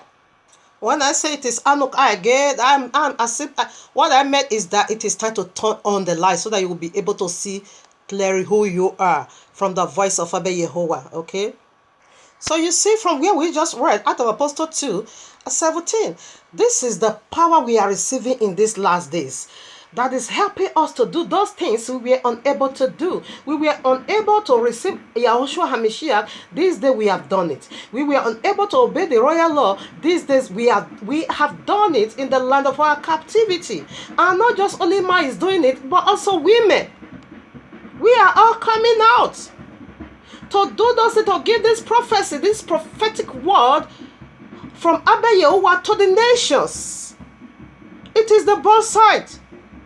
It is just in a nutshell, when you go into the royal law statutes or the royal law governance system, women is not allowed to speak if you are not married or you speak under the authority of your husband.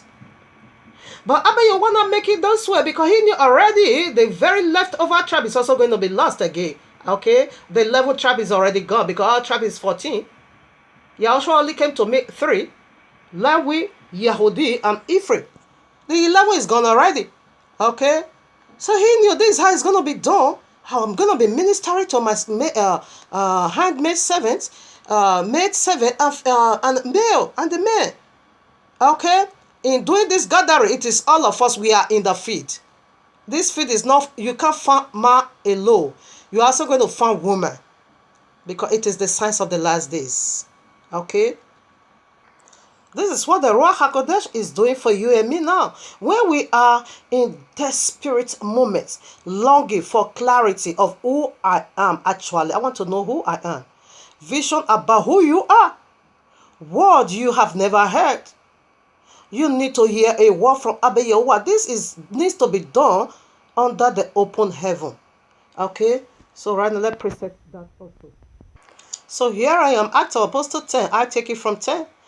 And he became very hungry. He's talking about Apostle Kepha. And won't have eaten. But while they made ready, he fell into trance and saw heaven opened. Heaven opened, and he saw heaven opened, and a certain vessel descended unto him, as it had been a great sheet knit at the four corners, listen now, at the four corners, and let down to the earth, wherein were all manner of four-footed beasts of the earth, and wild beasts, and creeping things, and fowls of the air. Look what my brother said now. And there came a voice to him on that open heaven. That is what we are dealing with now. We are in the visions of open heaven. You can't stop this, Igbo people. Rise, Kepha, key and eat. Listen now to my brother Kepha. But Kepha said, not so, Adonai, for I have never eaten anything that is common or unclean.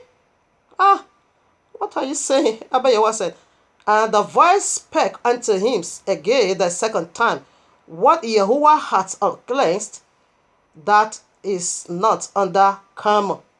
Okay, what is my brother saying now? This is my own, ideology or my own innovation. Abba Yehovah, what are you saying? Oh, I take it the wrong way. Okay, I cannot be the people of the book. I cannot be Israel. No, I'm Gentile. I am from Nigeria, in fact, from Edo State. But you know my village now. What are you talking? No, I have never been in the land of Israel. No one has ever told me these things. You knew it. I am in Nigeria. In fact, I am a Gentile, okay? I am from Edo State. And my father's village is Ewesi. That is where I came from. Ewesi simply means good land. That is where I came from. And you know the name of my father. Why are you not saying I'm the people of the book? No, please, so. Abba Yehovah said, listen to me. This is how I did it. I scattered you in the four corners of the earth. And this is how you fled into west coast of Africa in 70 AD. And I scattered and dispersed you among the family of the Emitic. You are there. And you are also all over the whole world. I say, whoa. Really? This is who I am? Oh, I never knew. Oh, Baruch. I never know Yehovah. Yes. I got it all wrong.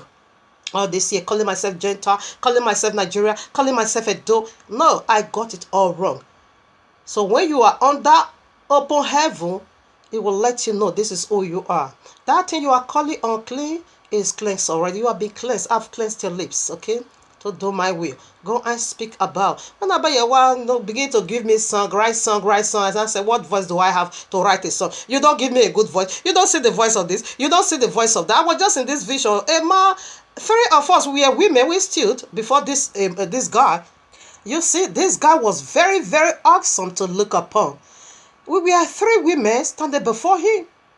Okay? So he now said, we should sing for him. He was sitting in his royal throne. In fact, I know that was Yahushua HaMashiach. He said we should sing for him. Me and not silent too. I did not say a word. The first one sing, he said, okay. And the second woman sing, he said, okay. When he now gets to my turn, he said I should sing. I said, what song? I don't know how to sing. In fact, my voice is very dead. I don't have good voice. He said, sing for me. I said, I cannot sing and I don't have a good voice to sing. He said, but I want you to sing for me. I said, what song am I going? He said, just sing anything you want to sing. I will take it. Just sing for me. Therefore, I now open my mouth in that vision. I begin to speak in tongue. I was using tongue to sing. I was just singing in tongue to him. Then he now stood on his feet, carried a full bottle of oil, and I poured it from my head to my toe. He said, you are the one I anoint to sing for me. Just go and sing my praise. Okay? So this is the excuses we are given when he called us. He that gave us this ability to do things, he will perfect it in the due time. Okay? If you are faithful with the little that he just gave unto you, therefore he's going to increase it. Just start with this little. Okay? So I'm trying, to put songs together. Of course, I have a lot of songs I've already written more than 10, 12 years ago now. I've been writing a song, yet I've never released no album. But I'm trying to bring all those songs, both in tongues and in English and in a those language, into my message. It will stop me. If you have been a follower for a long time, you are going to see these days I use song, I use my song, I use my worship, I use the tongue to worship unto him. There is a message I want to do. He said, no, I want you to sing for me. Drop those people's song. I was using people's song. He said, no, I should drop it. I just want you to sing for me. Then I remember this vision. Therefore, I begin to manage it up as according to the ability that is being given unto me. For now, I know a time will come when it will make it perfect. Okay, so that was the wrong calculation of Apostle Shehu. Apostle Kepha. I've never done this. I've never done that. Yet it is voice that is making to not know unto us who we are and what we need to do. Okay, not by the name of the mad people, Igbo people. They are mad in their land. They say, oh, Golere, Agun. No, that is not what he talks about. I'm also going to read the signs. How we are going to know who we are in Deuteronomy 28. Okay? Not by the streets or by your names. Edo has a lot of, even me, I named my children also after the name of Elohim. Even though I was a pagan, but I named them. I called one Osase, which means Yahuwah is the greater. I named the other one Ijosayi, which means I believe in Yahuwah. Meanwhile, I was a pagan. Okay, but that is not our sign, and I can never go by that. Even my sister, all of us, we have this name. My sister is being called Osakbama. That means Elohim is the one that lifted somebody up. Osayuki. That means Elohim is the one that created the moon. Okay? Osazamogia. That means Yahuwah makes me to laugh. So we have, but that is not our son. That is why I will never bring that. When I'm coming to part 2, I won't bring any of these things. But this is what Igbo said they used to know. This is what makes Igbo people to know that they are the people of the book. This is their sign. And this sign, it is filth. It is another sign, the signs of the dragon. You will see our own sign now. Here I am, Ezekiel 1. I will also read 1. In the land of our captivity, Abba Yahweh is revealing itself powerfully to us, both man and woman. I take it now 1. Now it came to pass in the 30th year, in the 4th month, in the 5th day of the month, as I was among the captive by the river of Kiba, that the heavens were opened, and I saw visions of Abba Yahuwah. Where was this place? It is in the land of captivity. When you also go to Daniel, okay, I will come into that. Abba Yahuwah is revealing himself unique, powerfully to us now in this land of our exile. Okay? He is communicating. He never left us without a word. Igbo people, I beg, let me hear words. Rema bama seke, erema derebo. Ibabo yeke rema derebo. Rima santu orobo sekeya. Ibarabo ye orobo seke. Orobo se. Orobo se. Ibolabo se.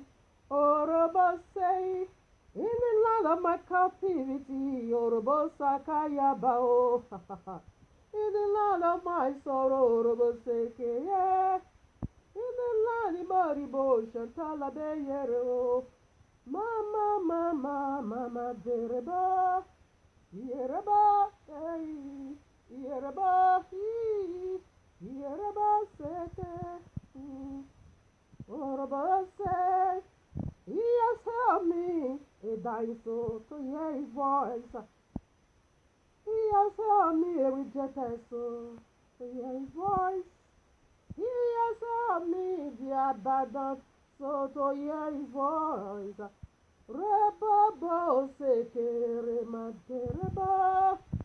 So another point I jotted down. I tell you that this open heaven is the heavy, is the biggie, is the wavy. It is Abba Yahweh wavy. I am waving or waving unto him praise and worship through this open heaven.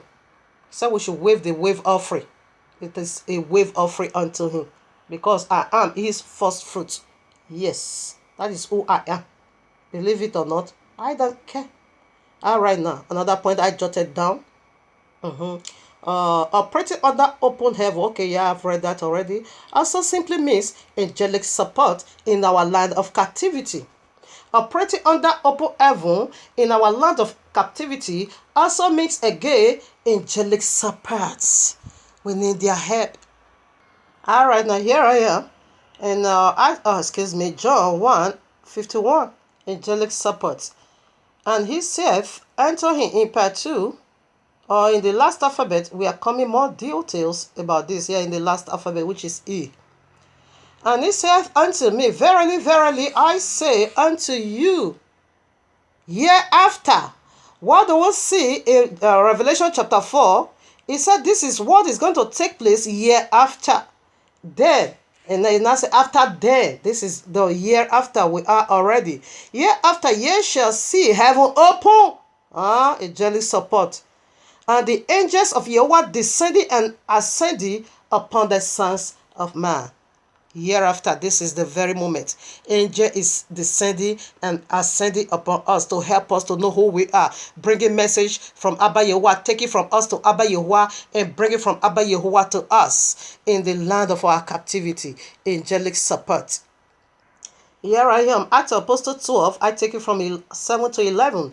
And behold, the angel of Yehovah came down from heaven, and a light shone in the prison, and smote Kepha on the side, and raised him up. This is how they are helping us. Saying, arise up, quickly. It's time to go. And his chains fell off from his hand. Yes, whatever that binds us is falling out. You can't do nothing about these Igbo people. Because I now see you are the Pharisees of these days. That devil has just positioned out there, to be driving us back to Babylon now that we are coming out. You fell off us already. And the angel said unto him, get yourself. This is how we know who we are. We are preparing. Get yourself, get ready. And he said unto him, cast thy garment about thee, and follow me. This is powerful movement. You are talking about Agulere Agu Onicha over there. 9. And he went out and followed him, and was not that it was true which was done by the angel, but thought he was in a vision. When they were past the first and the second word, they came unto the iron gate that leadeth unto the city, which opened to them of his own accord, and they went out and passed on through one street, and forthwith the angel departed from him. And when Kepha was come to himself, I now knew, this is been done. He said, now I know of his shouting that Yehovah had sent his angel and had come and hath delivered me, and hath delivered me, and hath delivered me out of the hand of Herod, and from all the expectation of the people. Okay, you see, this is how they are helping us in this darkest hour. Okay, this is how they are, assisting us to know who we are. Because if you don't know who you are, that would be the most difficult and terrible thing you have ever been through. Now you are going to be like a shaft tossed by wind. Some will blow you here, the other one will blow you there. But when you now come to the knowledge of who you are, that gives you more confidence. That puts confidence in you, okay, to walk like the son and the daughter of the kingdom. So when you also read Daniel chapter 10, you are going to see the first set of angels that reveal himself to Daniel. Daniel chapter 10, he first of all saw Yahushua HaMashiach, the Son of Man. Okay, right away, now saw Angel Havriel. Okay, right away, he now saw the Ruach HaKodesh. He said one that looks like unto men, unto the similitudes of men. Ruach HaKodesh is not strength in him. He is the one that is comforting us in this land now. Okay, again, now mention again, Michael. Okay, so this is how they are helping us. Angelic assistance, okay? All right, now. Operating under heaven also means a provision, family of a sure word. I won't be able to establish all 5 alphabets. Today, I'm going to deal with 3 alphabets. Then the leftover 2 alphabets, I will blend it up with the 5 points also in part 2 next Shabbat. Okay? Alright, now here I am. Psalm Tehillim 78. I take 23 to 26. Though he had commanded the clouds from above and opened the doors of heaven. Did you get that? And had rained down manna from them to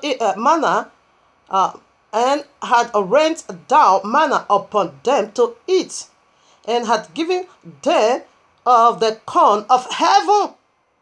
Men did eat angels of food. He sent them meat to the full. He caused an east wind to blow in the heaven, and by his power he brought in the south wind. This is when you live in open heaven. Abayawa will take over himself. Go and read Shemo, Exodus 15, and see how he did it. We ate the food of angels on that open heaven. You don't stress at all. That is total restoration. Where the worst comes to the worst. When the battle gets tougher, where the land refuses to bring forth fruit, Abayawa just takes over. That was why I said he has never ever left us without a word or without a testimony. It's right here. Okay? It's right here. When the game gets tough, the battle, the war front, when it gets tough, Abayawa takes over. The Ruach HaKodesh takes over. Horibo Shandaya Baba. Yi Korobos Kilimahan Talabos Kilibahan Talabaye. Yi Borobos Korobo. Like in our situation, living all by ourselves in the land of Gentile, filled with pork, in this dried barren land, in this graveyard that we are far removed from the truth, in a very dark land where there is no light, no truth, no love. Ribo Shandaya Baba. Ye korobos kilimahanto. Ye bo sandalaba. Now, no prince. Where's our prince? To do the works of morning and evening oblation. No prophet. To bring us a prophetic word like Moshe from Abayawa. We don't have. No leader. Where is our leader? We don't have. In the land of our captivity, we are on our own. No burnt offering, or sacrifice, or oblation, or incense, or a place to sacrifice before Yehovah, in order for us to find mercy before him. Where Noah makes sacrifices unto Abayawa, I think in Bereshit 9 or 8, towards the end, Abayawa want to make a covenant with him. I'm not going to do the earth anymore like this, okay? He gave a word. So making sacrifices is also, capture the heart of Abba Yehovah to, do something for us, but we don't have it. So when the case gets tough, the Ruach HaKodesh takes over. The Ruach HaKodesh is the one doing it. The Ruach HaKodesh, because he has already become all things to you and me in this land of our captivity. He is the prince. He is the prophet. He is the teacher. He is the leader. Okay? He has become all and all things for you and me. Because where they were in the dried, buried land, Abayawa read the food of angels. Where are we going to feed this great multitude? There's no way we can do that. What are we going to eat? Abayawa now blast heaven open. Then now begin to run down upon our forefather to eat the bread of heaven. So when the case gets tough, when the battle gets worse, Abayawa takes over through his Ruach HaKodesh. So in this bondage we are, in this land of our captivity, the second Egypt, the Ruach HaKodesh is the one ministering to you and me. It's his voice we are hearing, okay? Not the voice of a Eri, O Muleri, O Guleri, Esekeri, Agun. No, not that nonsense. Acha. No, we don't. No, that is not the voice we are. We don't need that voice. It is the voice of the Ruach HaKodesh, okay?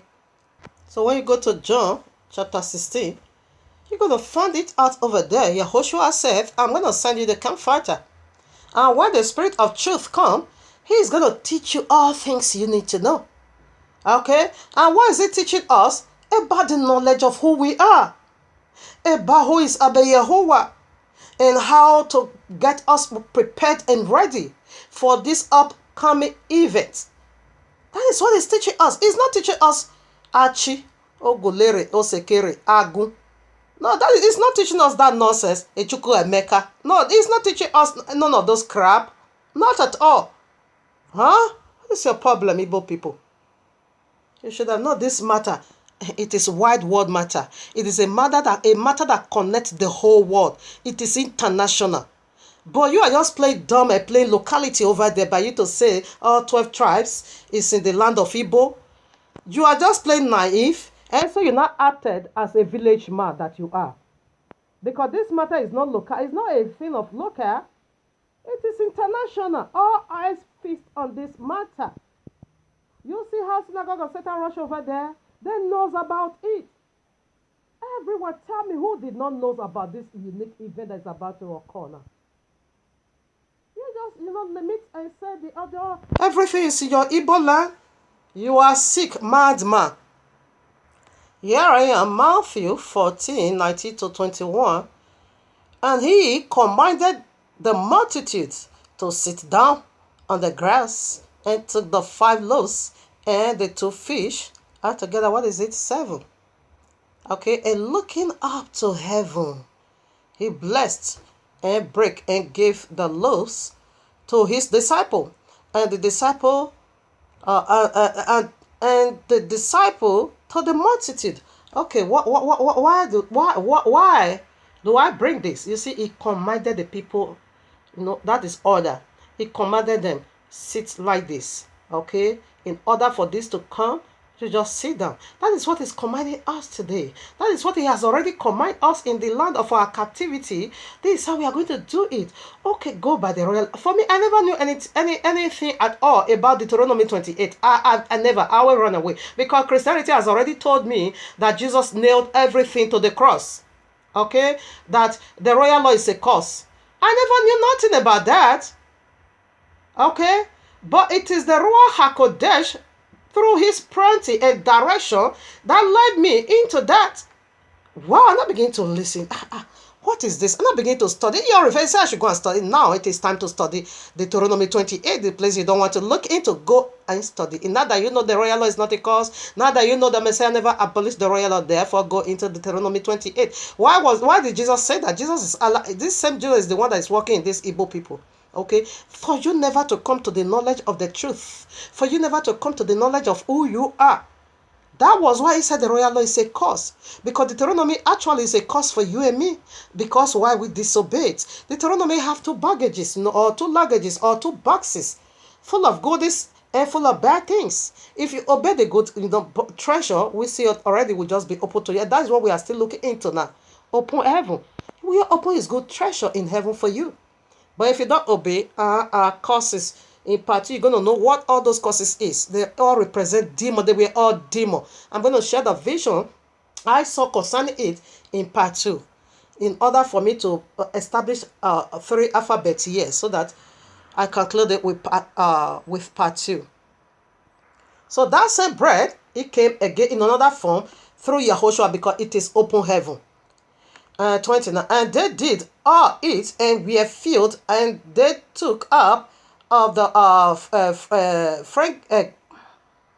all right now, and they took up of the leftover 12 of the leftover that remained, 12 baskets full. We know what 12 is again. That is the 12 royal tribe we are dealing with here. It is the number also of authority of Abba Yehowa, the number of his rulership. Okay, that reveals almost in all things 12 hours, 12 days, 12 hours in the day, and 12 hours of the night, 12 months. You know, it keep going and going and going. 12, 12, 12. Yerushalayim, 12 land, and Yerushalayim, everything is almost 12, 12, 12, 12. Ha!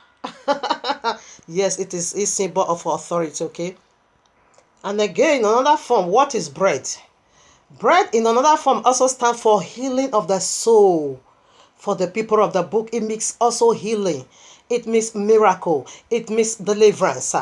Now here I am, Matthew 15, I take it from 1 to 28. Then Yehoshua went thence and departed into the coast of Tyre and Zidon. And behold, a woman of Canaan came out of the same coast and cried unto him, saying, Have mercy on me, O Adonai, thou son of David. My daughter is grievously vexed with a devil. But he answered not her a word. And his disciple came and besought him, saying, Send her away, for she crieth after us. But he answered and said, I am not sent, but unto the lost sheep. Okay. This really belongs to the lost sheep. Okay.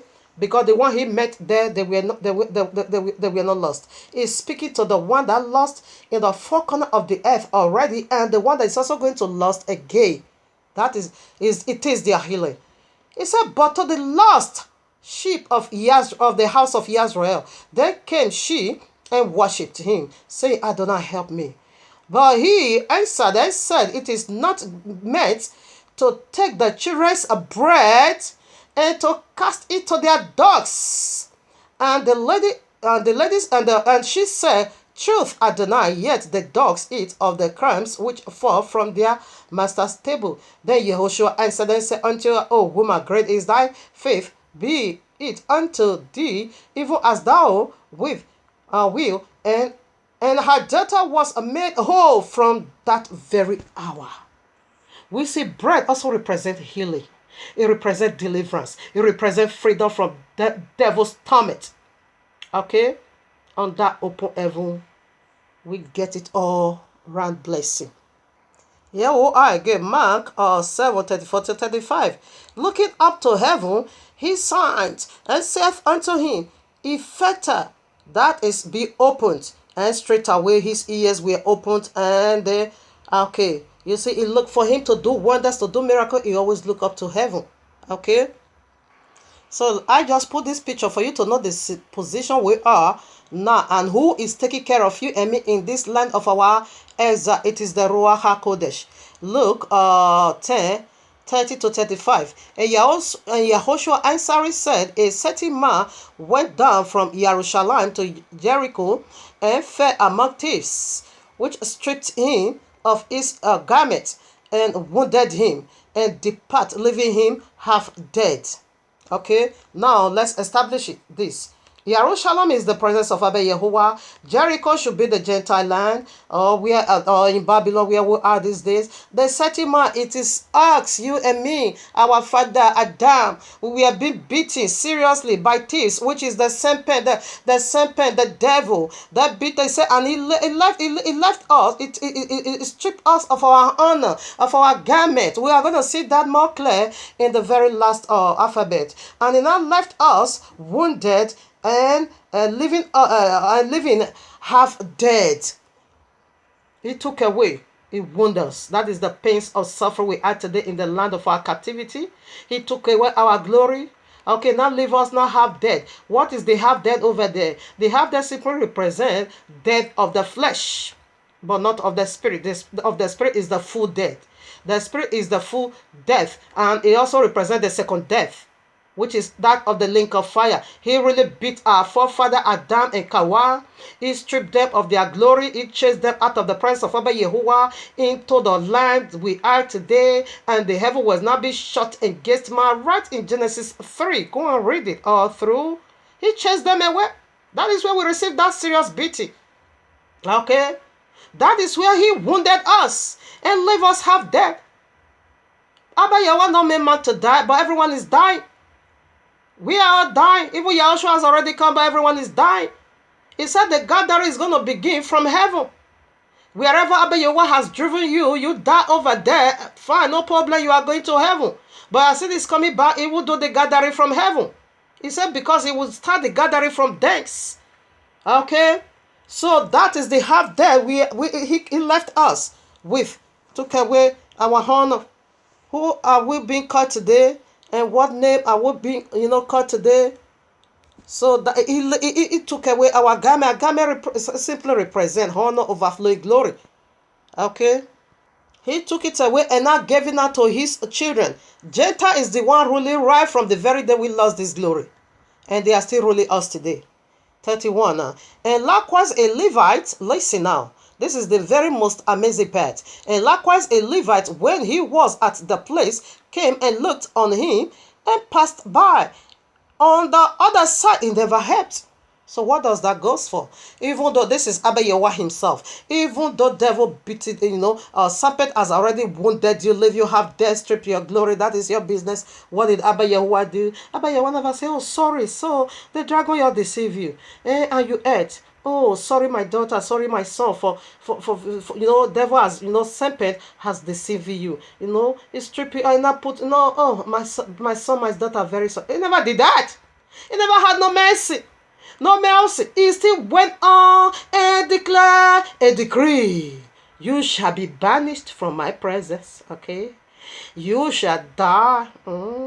Dust you are, and dust you shall return. It's the cause that, hey, you woman, I shall multiply your pangs in childbearing. I shall multiply your sorrow in conception.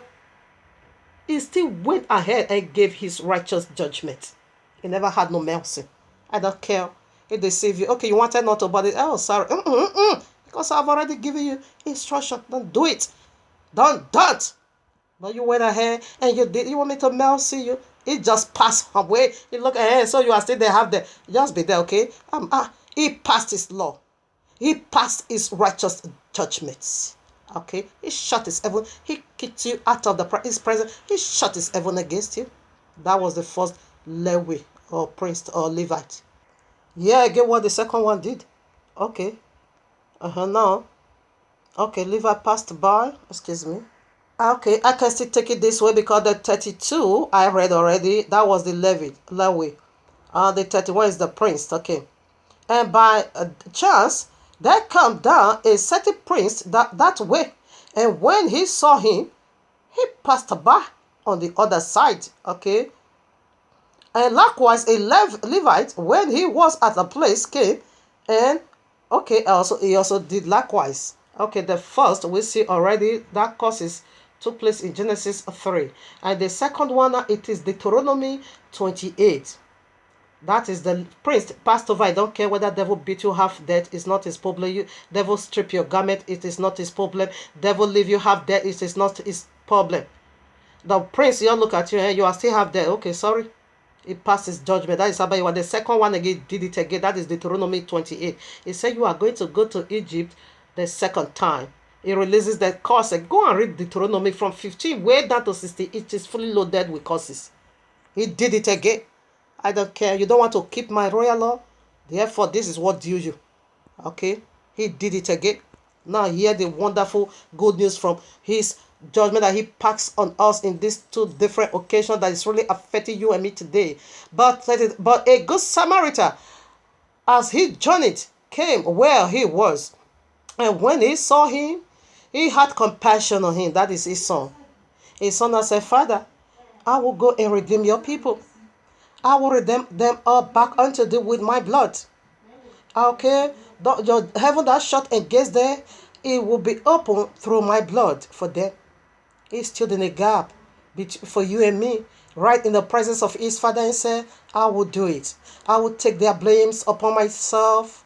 I will bear their sins. In fact, this price, they are unable, they will never be able to pay it. I will pay the price for them through my blood. Abba Yehowa said, good, you better do that. They are your brethren, eh? You created them. You better go and put these people in order through your blood, because it is a man of action. Abba Yehowa, he gave his righteous judgment. You see, when his son was right at the cross, giving birth to you and me, what happened? Abba Yehowa forsook him for a whole 9 hours, because his eyes is too holy to behold iniquity. Is his lovely son, heaven opened upon him, but Abba Yehowa still passed judgment in 9 good hours upon his son flesh, because all sin he took to the cross. All our sin he carries to the cross. So Abba Yehowa is too holy to behold iniquity, therefore he turned his back on his son for 9 good hours. In another words, he's playing a part of a murder. He's giving you and me birth. Woman always carries conception for 9 good hours. Then Abba Yehowa said, in sorrow you are going to bring them forth. In pains you will bring forth children. And in sorrow, while he was bringing you and me forth, he was in pain. He was in deep agony, unexpressible. He was in sorrow. That he has to even ask, why have you forsaken me? Okay?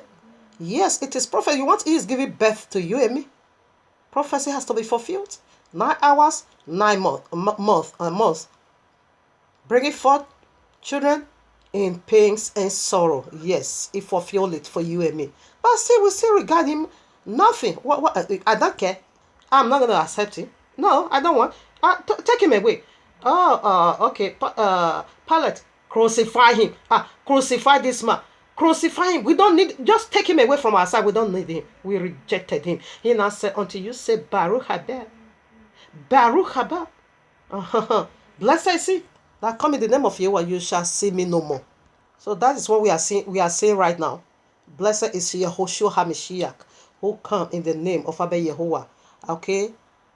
And right now we proceed. I think I'm going to end it today. Second point, because we have discussed a lot already. I don't have much space again. So next Shabbat, I'm going to deal with the 3 leftover alphabet and the other points I jotted out. 34 now. We see what's the good. Somebody have compassion upon you and me. You can also see that in Yeshua, I think 46, no 43 or so, 10. He said he had compassion on us. He carried us all the way from old. It's the angel of Yahweh's presence. He really suffered a lot for you and me. So now we accept him. Therefore, New Testament covenant will be confirmed. And went, okay now, 34, and went to him and bind up his wounds. He came down to us to bind our wounds. Pouring in oil and wine. You know that oil, you know what it is? The Ruach HaKodesh, you knew that? The new wine. Okay, you knew it already. And set him on his own best and brought him to an inn and took care of him. And on the morrow, when he departed, he took out two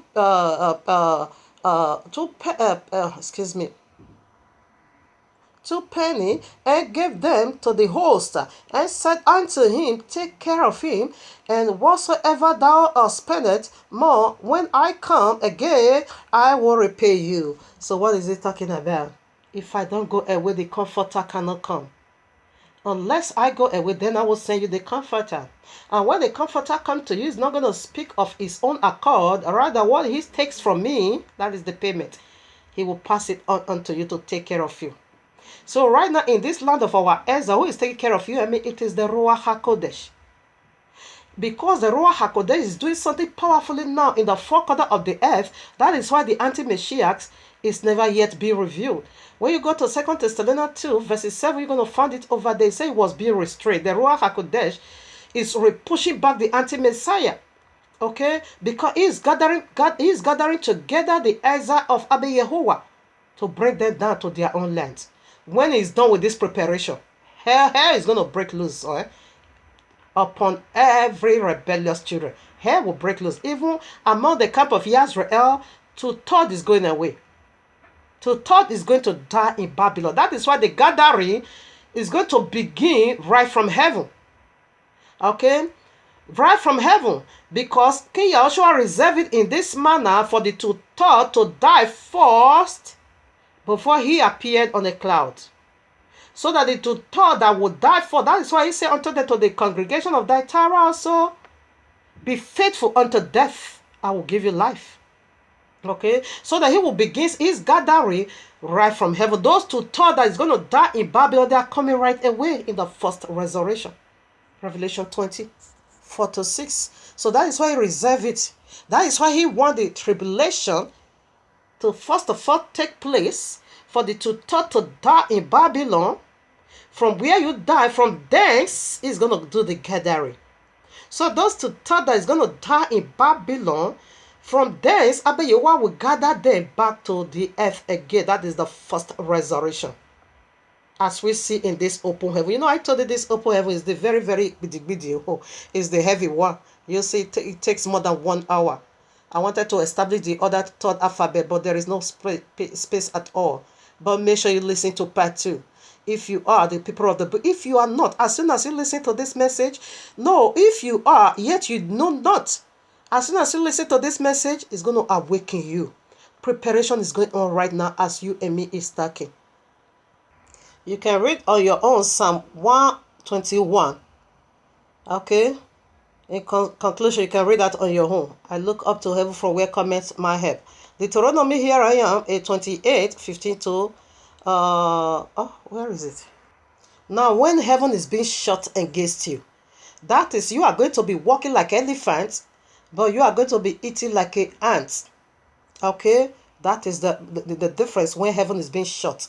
But when it's open, you see it already. I take 23, 3. And thy heaven that is over thy head shall be bronze, and the earth that is under thee shall be iron, and Yahuwah shall make the rain of thy land powder, and dust from heaven shall it come down upon thee until thou destroyed. You will be walking like elephants, you are going to be eating like ants. Now it said the rain that is going to fall from heaven upon your land is going to be iron. We know what is, if you want to know what this bronze on our head is, there's a message I just did not too long. Oh, my father, I've forgotten.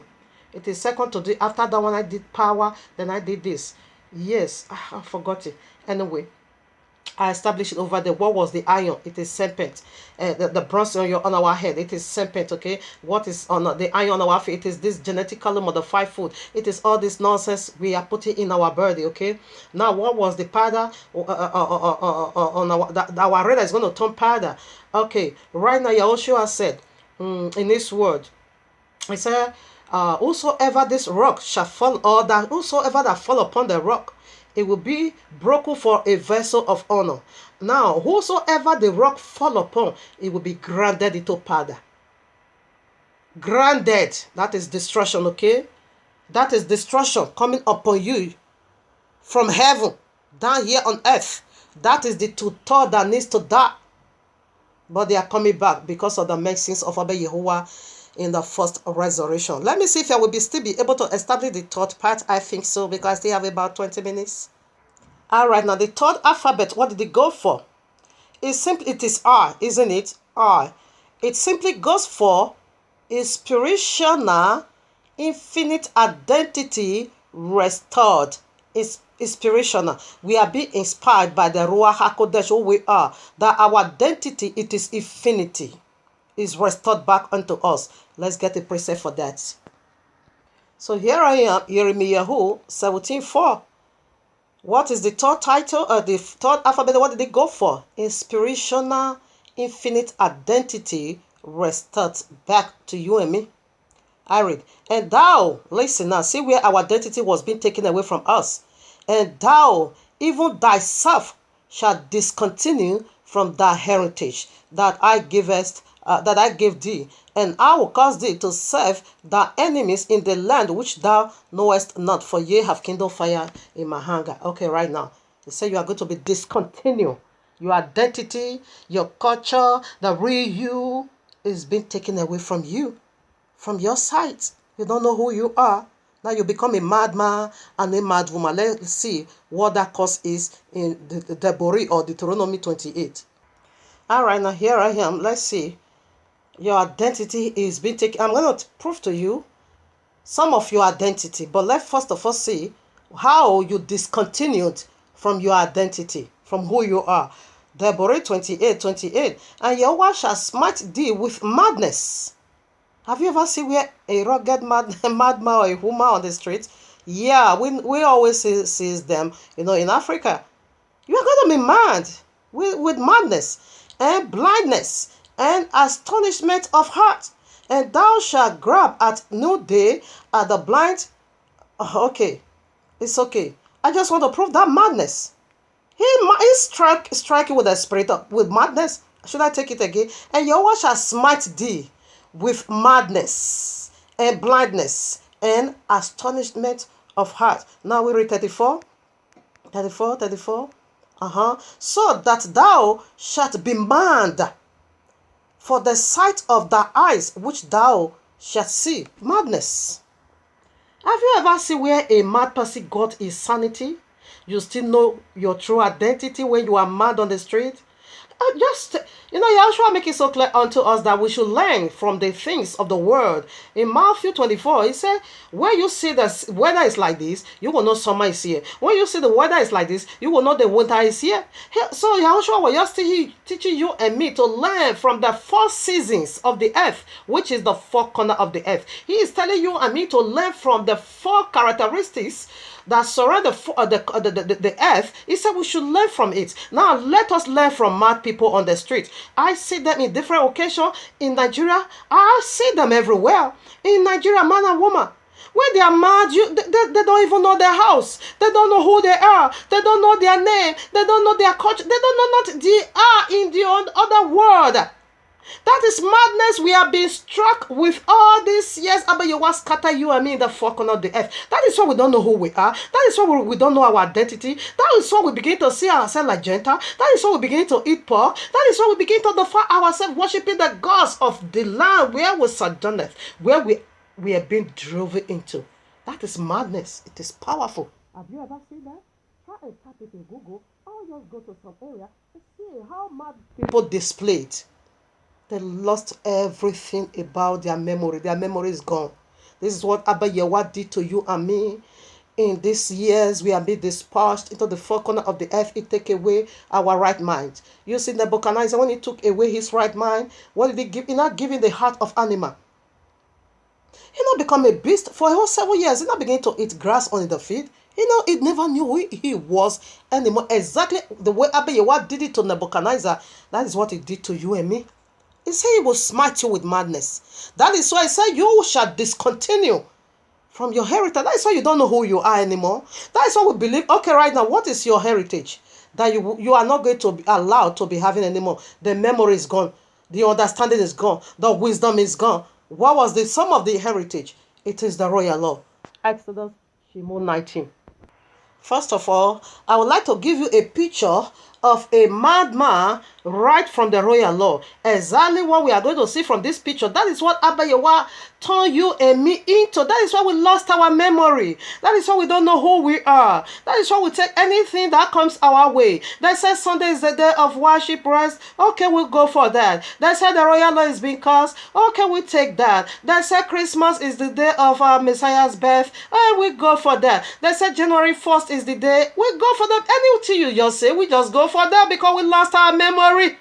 Oh, Robo Shandayaba Abaya was really done, I cannot say, I can say I've done wickedly to us, but we did the wickedness to him by forsaking him. But now it is restored. What is the third alphabet of this word called voice?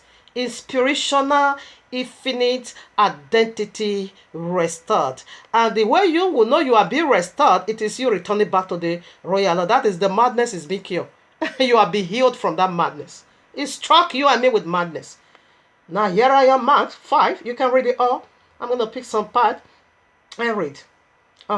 Verse 2 now. And when he was come out of the ship, immediately there meet him out of the tombs a man with an unclean spirit. Madness is unclean spirit, okay? That is direct to you and me. We lost our memory. Who had his dwelling among the tombs, and no man could bind him, no, not with chains, because that he had been often bound with fetters and chains, and the chains has been plucked asunder by him, and the fetters broken in pieces. Neither could any man turn him. And always, night and day, he was in the mountains, in the tombs, crying and cutting himself with stones. And when he saw Yahushua afar off, he ran and worshipped him, and cried with a loud voice. Okay, the demon was speaking, okay? Okay, if you keep reading, okay, let me read now. And Yehoshua asked him, what is thy name? He was asking that demon. And he answered and said, my name is Legion, for we are many. Go and read Curses. Revelation 28, there are legions of demons in part. I'm going to share the vision I saw. I wept and I wept. It was terrible. Yes, because we rebelled. Yeah, this is what follows, okay? So now we are mad. We are mad. All this year we never know who we are. But as he have compassion upon you and me, through the Ruach HaKodesh, he removed now that madness. That is why we say, so me and the people of the book, so I was claiming Gentiles, me I was keeping Sunday the day I knew Shabbat is the day I cried my life, So who was I worshiping on Sunday? Why was I celebrating? I was defiling Shabbat, and that one hurt me so bad. Keeping Sun, the day of Sun, the greatest abomination in the royal law, Ezekiel 8, 30 to 70. Me keeping that greatest abomination, I wept for my soul. I played mercy seriously upon my soul. Yes, because I was being mad. But now that my sanity is restored back unto me, I know who I am. In those days when somebody said to me, Happy Christmas, you are my best friend. Or in those days when someone said to me, even until now, in those days when someone said, Happy Sunday, I will say Happy Sunday, my brother or my sister, when you just tell me that nonsense, this. It will turn to quarrel. I will rebuke you with a very high voice that you yourself are going to be wondering, what is wrong with this woman? Yes, because I've come to the knowledge of truth. Because I'm being deceived for far too long. I don't want you to bring me to that memory. It makes me sick. It hurts me. Instead, you are telling me Happy Sunday, make me feel sad. What happened to Shabbat? What happened to my rest? Why should Jesus give me a wrong day of worship? And I said Shabbat is a cause. Why should he do that to me? Yes, because my sanity is restored. I'm no more mad. That is why I know Igbo, they are the second synagogue of Satan. Because the white one, we are able to fish them out. But this one are black. The people of the book is black. Yes, they fled into west coast of Africa. Higher, Negro, high, Niger, higher, or Niger, higher. Nigeria, that is Nigeria. This is how they rename it. It is two words that placed together. The land of Negro. That is not simply me.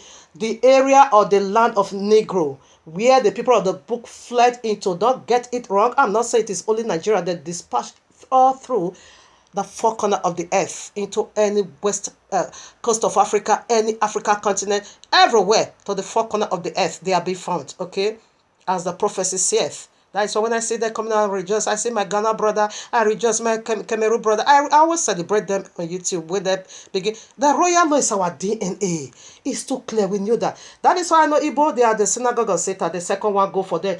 Revelation 3 now, it goes for them. Okay, how did you know that you are the people of the book? You are not saying that it is the awakening of the Ruach HaKodesh. Rather, they are saying, Omulere, Esekeri, Eri, Acha, Agun, deep oil. There is going to be acceptance, and they celebrate the feast of promise. There will be acceptance as the promises, the prophecy said. That is how they know they are the people of the book. That is their awakening. That is another sign appeared.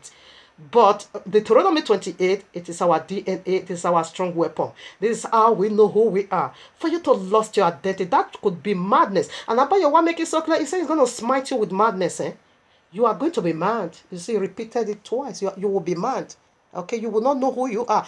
Now that you are mad, that is how there that you are mad. That is how you discontinue from your inheritance. We see the madman possessed with legions of demons, cutting yourself with stone. Who is stone and what is stone? We know King Yehoshua, he is the chief cornerstone. And we know from Isaiah 14, 11 to 15, we see other deity brought over there called devil, the covering angel, which is the very Jesus today, brought over there that he's going to make himself like the Most High.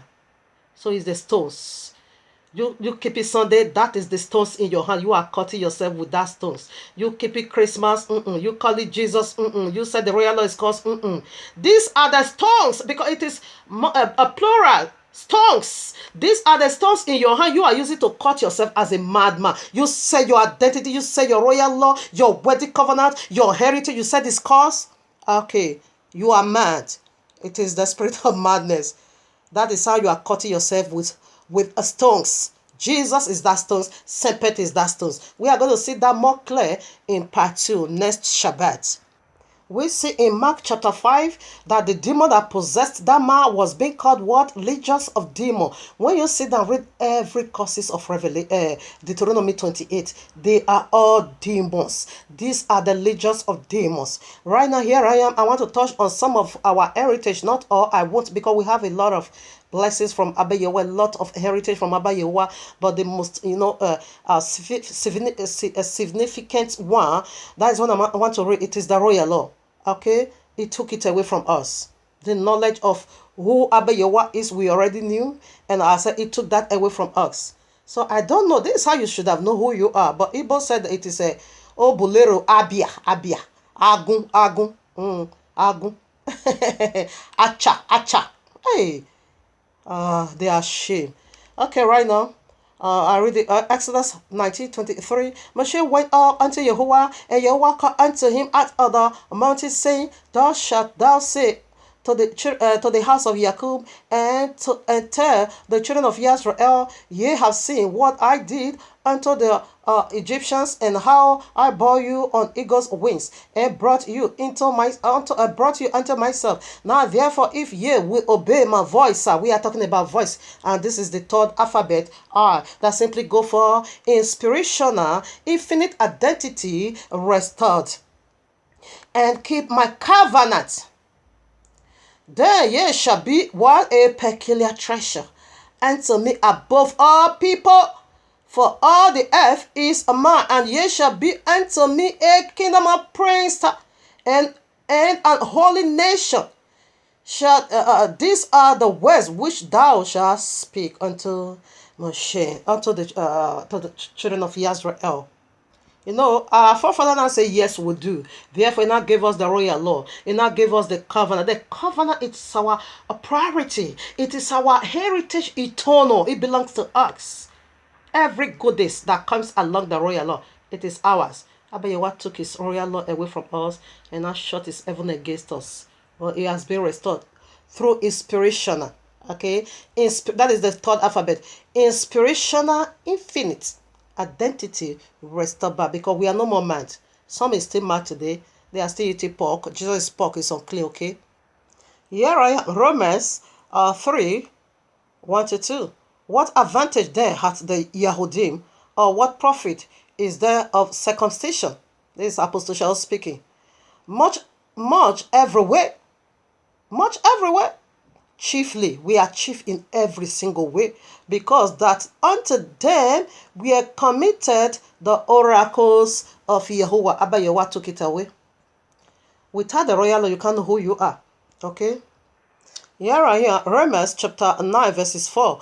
Who are Yisraels, to whom pertaineth the adoption, and the glory, and the covenant, and the giving of the law, and the service of Yehovah, and the promises. That is belongs to Abba Yehovah took it away.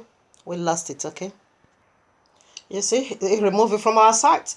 The promises, we will see that the glory and the promises, that is what we are going to see in the last two alphabets, okay? That is next Shabbat. Romans 9, okay, excuse me, Tehillim, Psalm 105, 9-11. We are looking into some of the heritage he discontinued us from, which covenant he made with Abraham and his oath unto Yeshua, and confirmed the same unto Yaakov for a law, and to Yisrael for an everlasting covenant. It took that away from us. We lost the memory of this everlasting kingdom, everlasting covenant. We lost it. Here we are again, Psalm 119, verse 101. Thy testimonies have I taken as an heritage forever. For they are the rejoicing of my heart. He took it away. No more rejoicing of the heart through the covenant of Abaye, which is our testimony. That is the covenant. He took it away. He said, because the royal law is going to make us wise among the heathens. He took it away. So we become unwise. We now become, mad people. We are mad all these years. We are mad, really. Now, this is the restoration.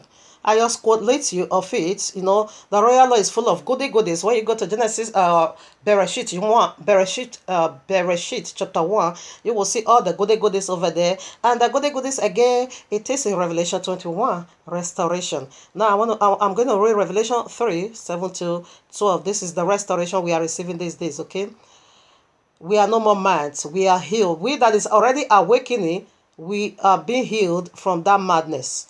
And to the angel of the congregation of Philadelphia, write, these things saith he that is holy, he that is true, he that hath the key of David, he that openeth and no man shutteth, shutteth and no man openeth. I know thy works. Behold, I have set before thee an open door, and no man can shut this. Igbo people, you cannot shut this. This is coming from the throne of Abba Yehovah. For thou hast a little strength, and hast kept my word, and hast not denied my name. Behold, I will make them of the synagogue of Satan. We say they are Yahudim, and are not, but do lie. Behold, I will make them to come and worship before thy feet, and to know that I have loved thee, because thou hast kept the word of mine patience. And I also will keep thee from the hour of temptation, which shall come upon the whole world, to try them that dwell upon the earth. Behold, I come quickly. Hold that fast which thou hast, that no man take away your crown. Igbo is out there to take this knowledge away from people. That is just their mission. Him that overcometh will I make a pillar in the temple of my Yahuwah, and he shall go no more out. And I will write upon him the name of my Yahuwah, and the name of the city of my Yahuwah, which is New Jerusalem, which cometh down out of heaven from my Yahuwah, and I will write upon him my new name. So this new name, what is it talking about? I don't have much space to talk about it. We being called Hebrew. We are not Hebrew. Because Hebrew derived from this very word called Abel. Okay? Simply means crossover, pass over Euphrates beyond other country.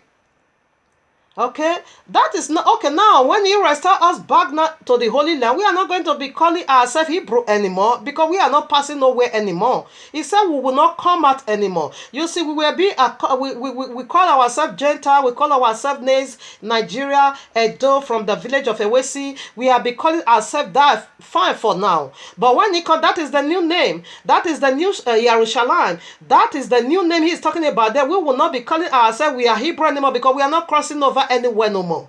Rather, we are going to be called the Yahudieth.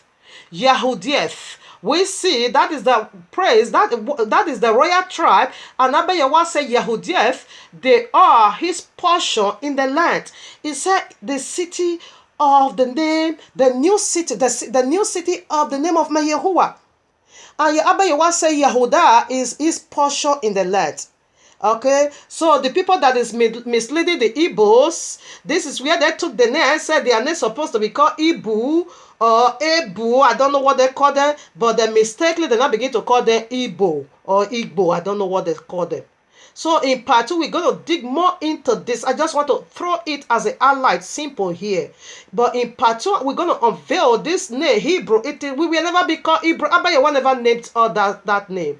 It came from the son of Shah. I know we are the chosen one. Yephetic will never been chosen, neither Hamitic. Okay, but the Semitic, we are being choosy. Abel came from our lineage. Okay, from this Abel they derived Hebrew.